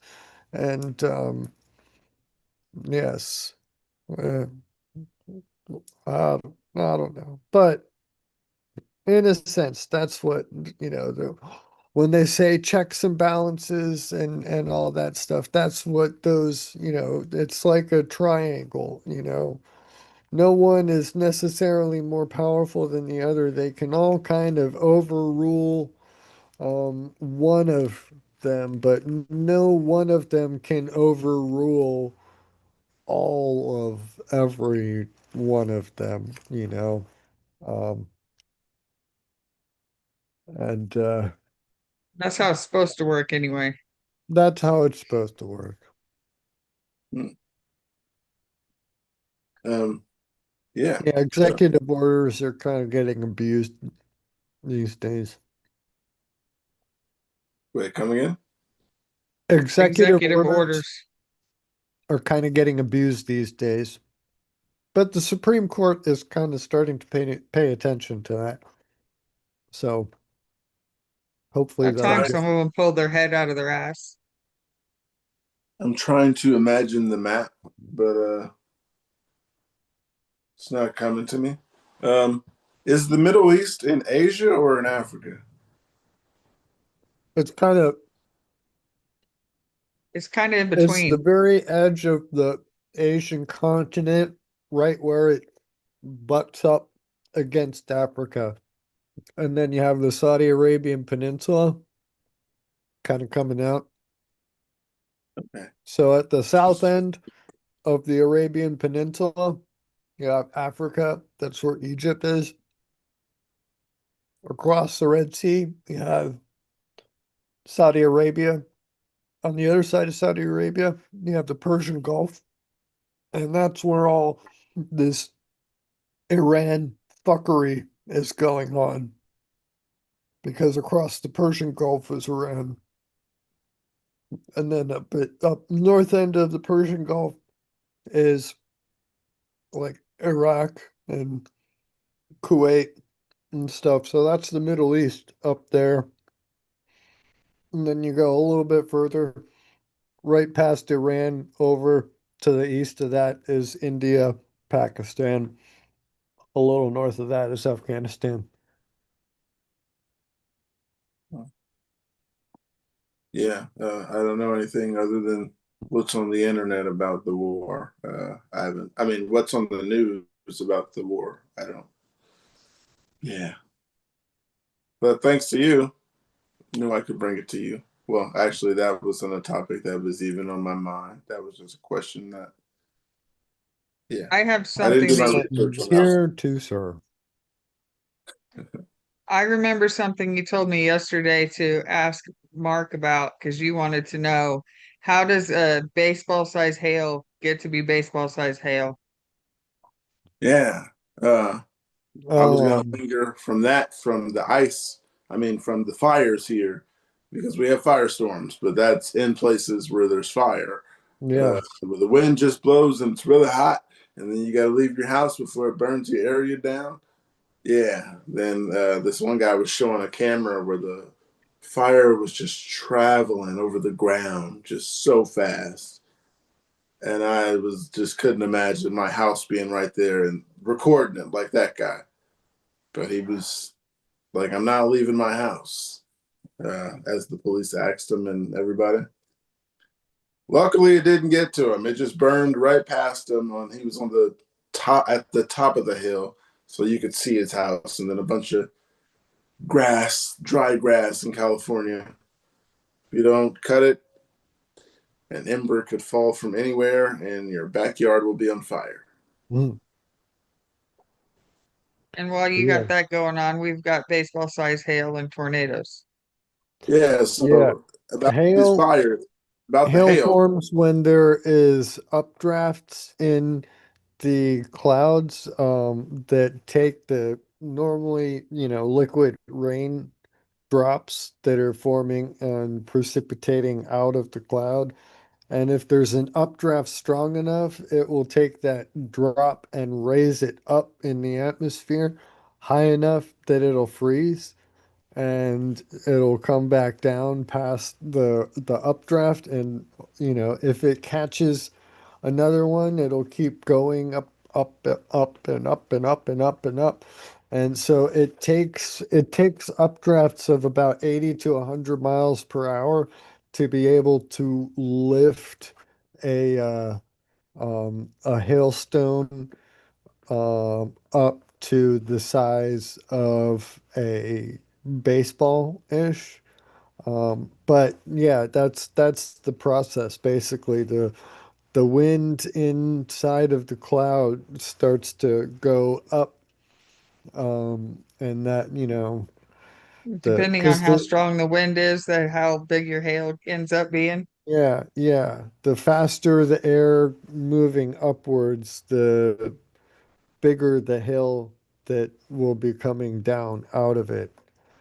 Um, so yeah, we actually had about pea-sized hail falling here in a thunderstorm like a week ago. Golf ball size hail is scary. I can Yeah, only imagine.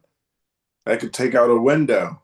yeah. I drove through golf ball size hail and totaled my car, but I had to get home, so that was scary as shit. I was afraid it was gonna break the windshield. It was so loud. Yeah. I mean, what are you gonna do? Just stop and sit in it and let it hit you? Right. Mm. Mm. I was picking up my kids after I got off work. I picked up the kids and was going home and got caught in it. It was awful. So, would you rather Like run from fire or ice? Ice. ice. You can go inside. Yeah, If there's a fire coming, it's just gonna burn your house down. just gonna roll through your city. They're shutting down schools. Uh, that's the worst part. They like showed a picture from a helicopter high up, and you could just see the reddest part of the fire going through a city. And I was like, that's messed up. little towns in those hills are getting burnt up. Hmm. And then they're asking you, can you stay inside because it's in the Air air or quality. whatever. Only go out if you need to. What? You can't just hang outside anymore. Yeah, when I seen that, I was like, only go outside if you need to. I was like, not that I even go outside often, but that sucks to be told stay in the house.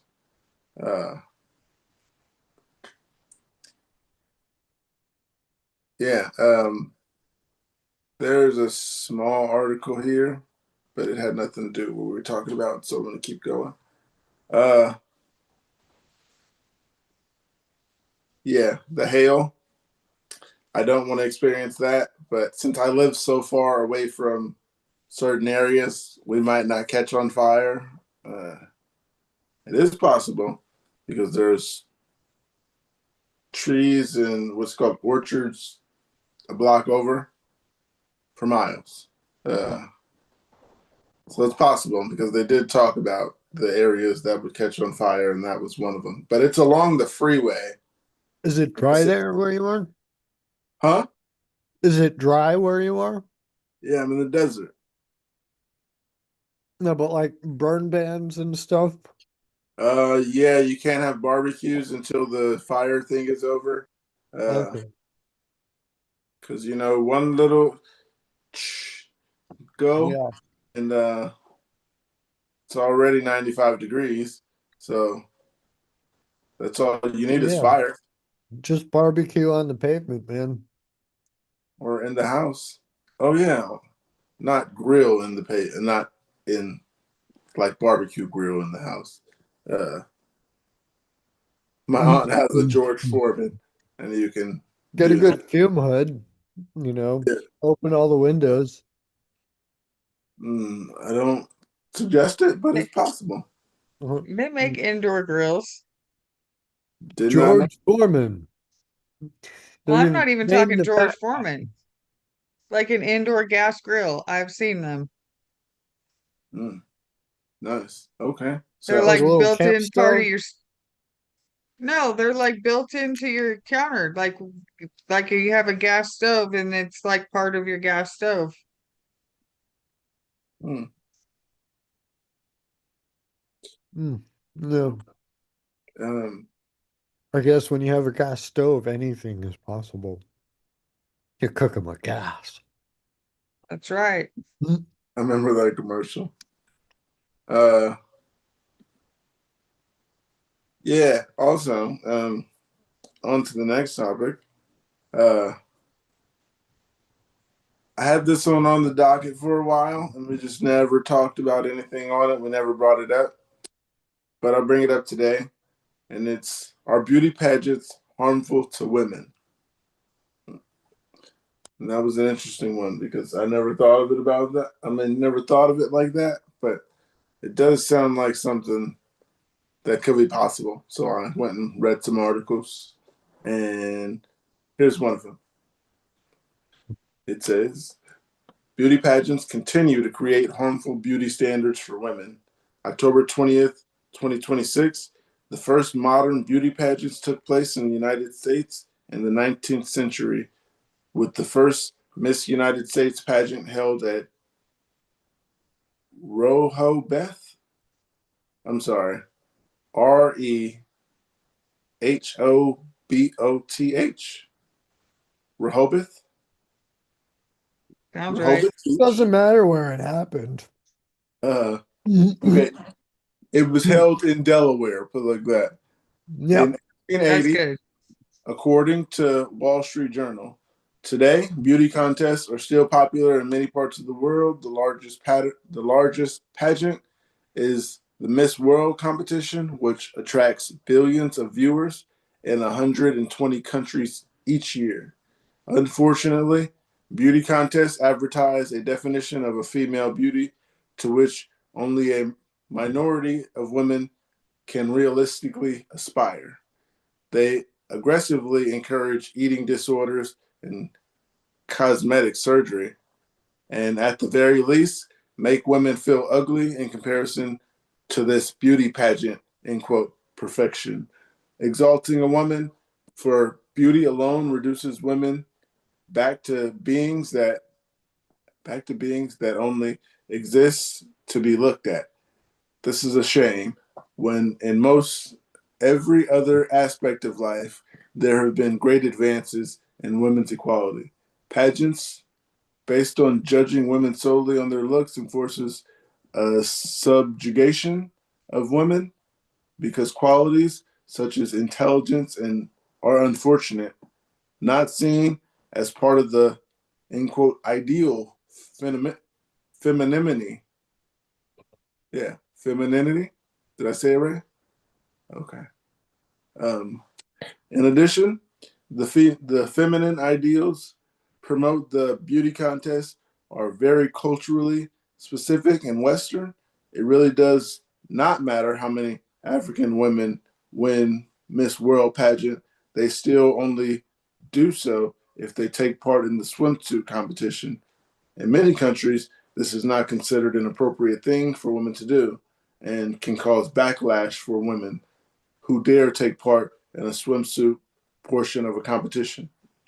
This sort of cultural clash has led to protests of violence in pageants, beauty pageants in many countries. In 1996, demonstrations against the Miss World pageant were led by feminists and Hindu nationalists in India. Miss World protests in Nigeria in 2002 resulted in more than 200 deaths and led the contest to ultimately being moved to London. A minority of societies and governments are considering banning banning beauty contests. However, I feel that the ban is very blunt. A ban is a very blunt instrument with which to attack the institution of pageants. Banning beauty contests would do so little to destroy the ideal of beauty pageants promote. Uh, these standards are already deeply embedded in society. This is the problem that should truly be addressed within the currently existing pageant system.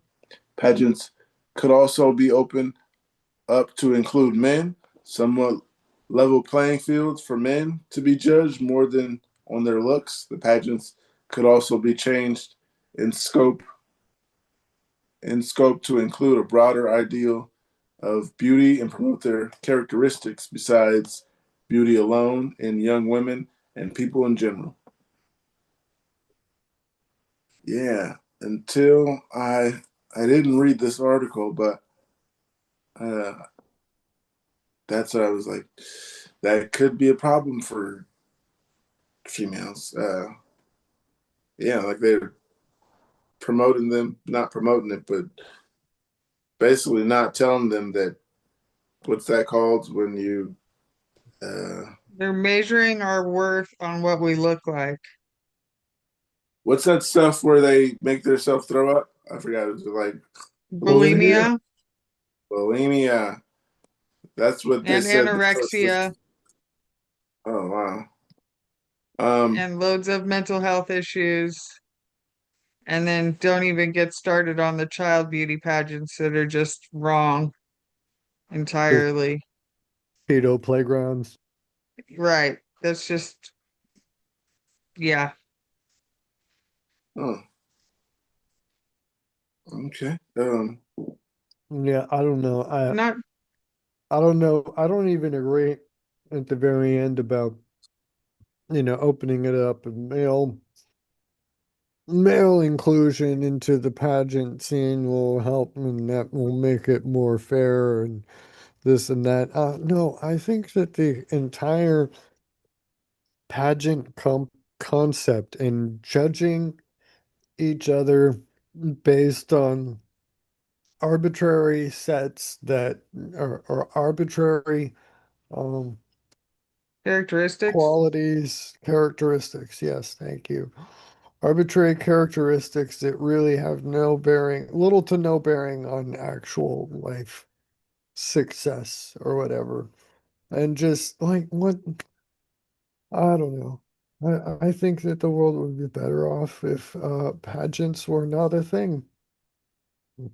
Male pageants or female pageants, especially child pageants. Yeah, Uh, there's an I article agree I with have you. here. I read this article. It says research studies beauty pat research suggests beauty pageant news coverage worsens body image among teens and young women. Research from University of Massachusetts Amherst and Vanderbilt University found that adolescent girls and young women exposed to beauty pageant news coverage were more likely to feel bad about their bodies, particularly when their home state contestant won. UMass researcher Brandon Churchill, a health economist, said the results were not surprising, as many people assume exposure to a thin ideal could affect body image. But comparing old news coverage of Miss America and Miss USA pageants to adolescent health surveys taken around the same time and place allowed them to pinpoint cause and effect. The new study comes just as the U.S. Surgeon General released a report warning that social media content can harm teen mental health, leading to body dissatisfaction, disordering, disordered eating, and low self-esteem. Churchill's research showed that within the year of the pageant coverage, there was 4 to 5% increase in which the girls worried they were more overweight than they actually were, or who who were they trying to lose weight for when compared to places without home state news coverage of the pageant. Churchill said the increase was 20 to 30% right after the pageant when the coverage was the greatest. When you think about the fact that this is just one type of media exposure, it also it allows you to, hypothesize what might happen when you're exposed to this type of imaginary every single day and every single hour that you're awake, he said. When doing research on widespread media exposure, he said it's often hard to know whether people are exposed to images and then develop mental health problems, or whether people with mental health problems actively seek out images. So Churchill said the beauty pageant research was essentially a, in quote, natural experiment based on the narrow set of circumstances that tell a large story. The beauty pageant study period ended in 2010, and the social media images have only increased since then. Churchill said researchers are now looking at how sudden exposure to high speed internet affects adolescent mental health and self image. I do not think we're going to put the genie back in the bottle with regards to technology.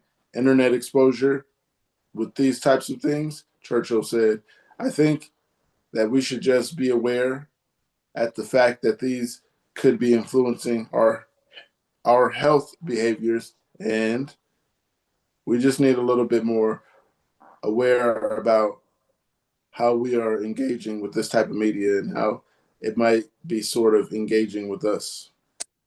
That is all. It's not just beauty pageants, though. I mean, back when I was in school, it was the Victoria's Secret girls, and then now you have the Kardashians. It's everywhere, and it's constantly makes people feel less than about themselves because reaching those standards is really nearly impossible for most people.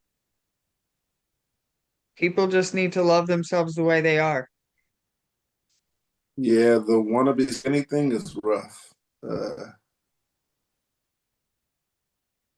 I don't think I've ever seen someone like that. But how do you only make the body skinny? Their arms usually look nice in the swimsuit. I seen the swimsuit contest, and it might sound weird. It was on, and I seen the swimsuit part. Yeah. It's So, unrealistic.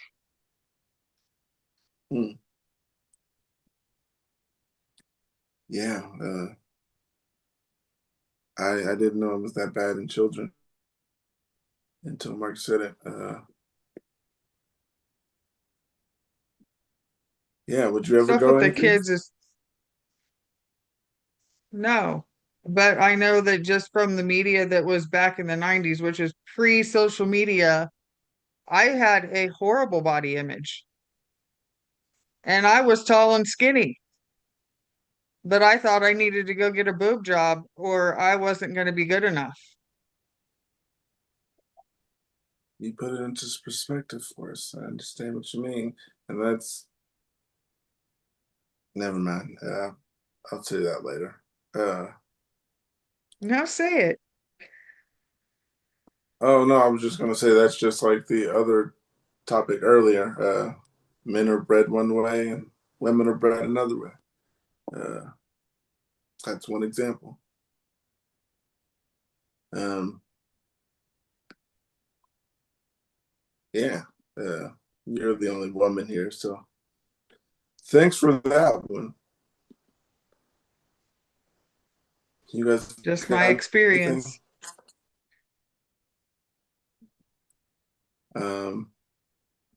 Let's see, just your experience. That was just my experience, but I imagine it's probably a lot worse now that there's so much more internet access and social media. And what was Mark and I talked briefly the other day about the looks maxing stuff that's out there. There's kids sitting around beating themselves in the face with hammers so that they can get a more defined square jaw. I mean, it's really awful what And it doesn't even work. They're just, it's yeah. it's just fucked up. And it's all because of social media and the image that is put out in media in general.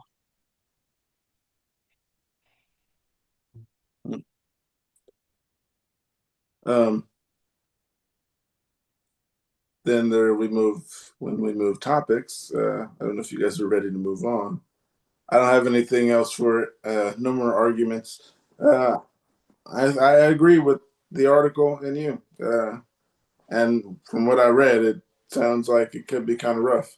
And I didn't think that they had anorexia or stuff like that, but it makes sense because I've heard people say that you're too, you need to lose weight or this is going to make me fat.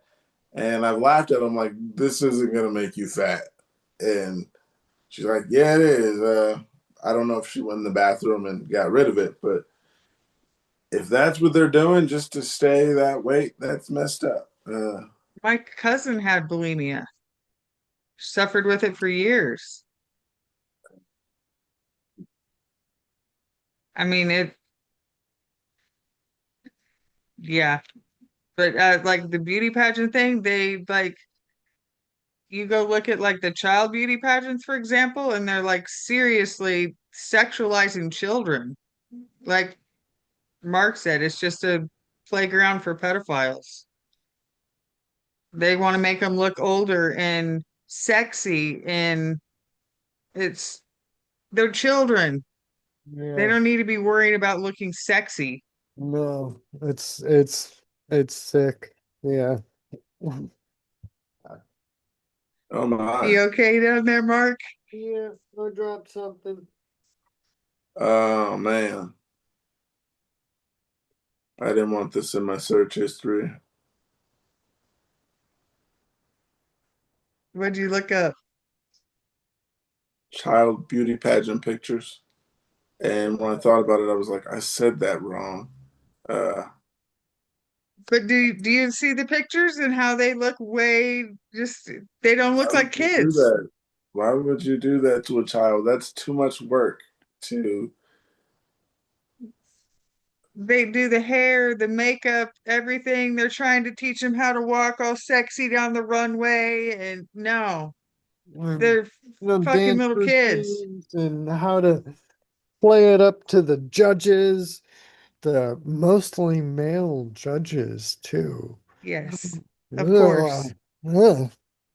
I mean, come on. It's like just taking and serving them up on a platter. Here you go, judges,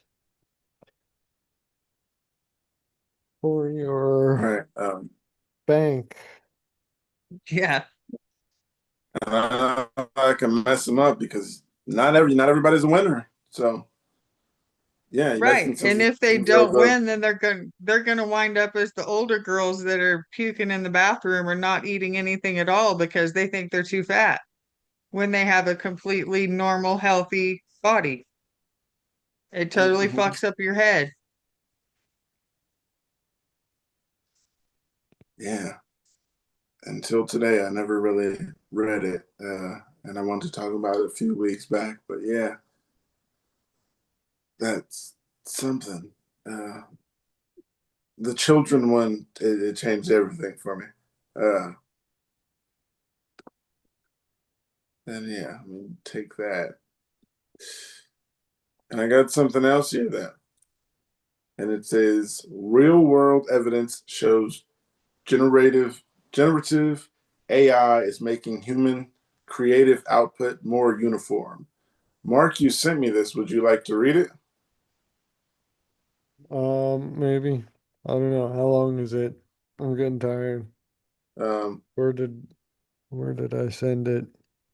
uh, I just copy and pasted it, so I'll send it to you. Yeah. You sent it to me a long Yes, time ago. yes. Okay. So here we go. Get this out of the way. Using artificial intelligence for creative tasks tends to make human output more uniform on a collective level. A recent preprint study provides evidence that while these tools might boost individual performance, they contribute to an overall reduction in the diversity of ideas across different users. This widespread reliance on automated assistance could lead to a narrower range of concepts in collaborative environments. Generative intelligence refers to computer programs capable of generating new text, images, or other media based on user instructions. The most common of these tools rely on large language models. Developers build these models by feeding them billions of sentences from the internet, allowing the software to recognize patterns and predict how words should follow one another. Since many users interact with similar systems trained on overlapping data, scientists have raised concerns about how this technology shapes human thought. Researchers Alwyn de Rouge and assistant professor in creativity research sciences at Tilburg University and associate professor at Evans University of Applied Sciences, um, and Michael Mosbiskar, associate professor. Okay, yeah, and him. Designed a new study to assess these concerns. They noticed that previous research often focused on how these tools help individuals work faster or overcome temporary mental blocks. They wanted to know if this individual assistant comes at a collective cost. There are growing concerns that using generative AI may lead people toward similar creative ideas, the authors explain. While AI can enhance creativity at the individual level, these benefits might come at a cost for creativity at a collective or even societal level. The authors sought to answer whether generative software makes people think alike. We sought to address this by conducting a systematic review and meta analysis of 19 empirical studies. They noted more concretely, we wanted to examine whether and to what extent general AI or generative AI use is associated with convergence at the level of creative output, such as people's ideas, designs, and creative writing. A meta-analysis of a statistical technique that combines the results of multiple independent studies to find common patterns of overall trends. By pooling data from various experiments, they could, okay, I'm just going to go to the very last paragraph here because I don't want to read all of it. Um, oh my gosh. Okay. I just scrolled down and seen all of it too, and I was thinking this is going to take a while. Yeah, here, let's see. Future research should explore for different forms of human and machine collaboration over extended periods of time. An important step is rethinking how generative AI systems are designed and used in creative contexts to mitigate homogenization effects. The authors noted this includes exploring alternative workflows, interaction designs, and creative strategies that sustain diversity rather than encourage early convergence. One step in this direction has already been taken by mapping creative strategies for working with generative AI and machine learning based on analyses of AI art practices, they added. When referencing a recently published article outlining this approach, we believe these strategies can transfer to other creative domains. Boom. Okay. So, yeah. I mean, it makes sense. If everybody's going to Chat GPT and Claude and Grok to get all of their work done quicker, then it's all going to start to be Chat GPT, Claude, Grok written. I seen a guy. He was like, "Give me a picture that was like this," and then he drew it on the canvas. So I understand what you're saying by that, and that does make him less creative. And I didn't say anything, but I think I'll tell him when I see him that this is what I found out about what he's doing. I think your creativity would be wider if you made it up yourself. What? You gave him a photo and he drew from a photo? No, he gets the photos from AI, from Chat GPT. Oh, A photo like this, this type of writing, this type of this, and yeah, and he just copies it off of paper. And I was sitting there thinking, that isn't you. That's not your art, but no one else is gonna find it. So they, yeah, people lie to themselves. That's what you're doing. You're lying to yourself. This is not your art. mm. Mark, was there a reason for you sending me that article? I do believe that we're going to shit and they're just going to start using AI as much as they don't want to. They are going to. Yeah, I don't know. It's I mean, there's too many people already. So, and there's more than one kind. yeah. I think we rely on AI too much. Yeah, I know. I used it when I Googled something. It told me It's exactly what to look at. Well, it's and worked into everything.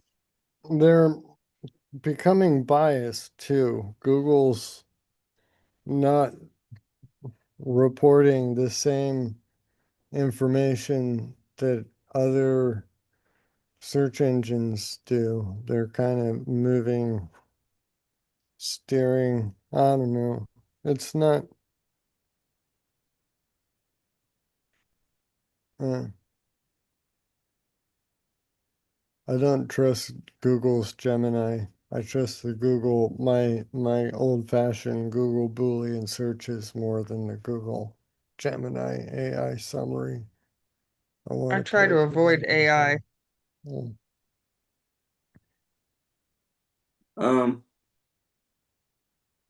You try to avoid AI. Yeah, I use it Pretty for much. everything. Yeah, it's hard. I try to avoid them. It's hard. Um, yeah. I don't think I have any more articles. Yeah, I don't think I have anything else. But Mark, you said you were going to go to sleep, so I do have one, just one. If you do want to read it, because you sent it to me, Mark. No. I have something else that you sent to me. Oh boy. I send many things. It doesn't narrow anything down. Makes sense. I'll send it to you. There you go. We can save some stuff for another time too. I'm kind I need to get all of these tabs closed and all yeah. these topics that I've been waiting to talk about. So there we go. We Oh finished this yeah. tab. I'll open this tab here on my end so that you can close it on your end, and then we can talk about it next time. How about that? Whatever you want to do. I got you. I'm with you. Yeah, I got it. I remember sending this. I think it's interesting. It'd be good to talk about, but I'm feeling drained and toasted, and I got you. I'm gonna go eat breakfast. Uh yeah. it's almost 4:20 here. I got 10 minutes to get ready. Yeah, it's 109 here and I still need to eat breakfast. So I'm gonna go do that. Everybody out there, take your B12. Uh Take shout your out to The Nation thumbs. Nation. nature's made B12.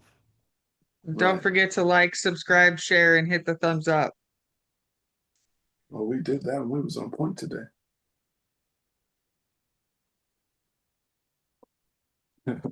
Perfect, Mark. Love it.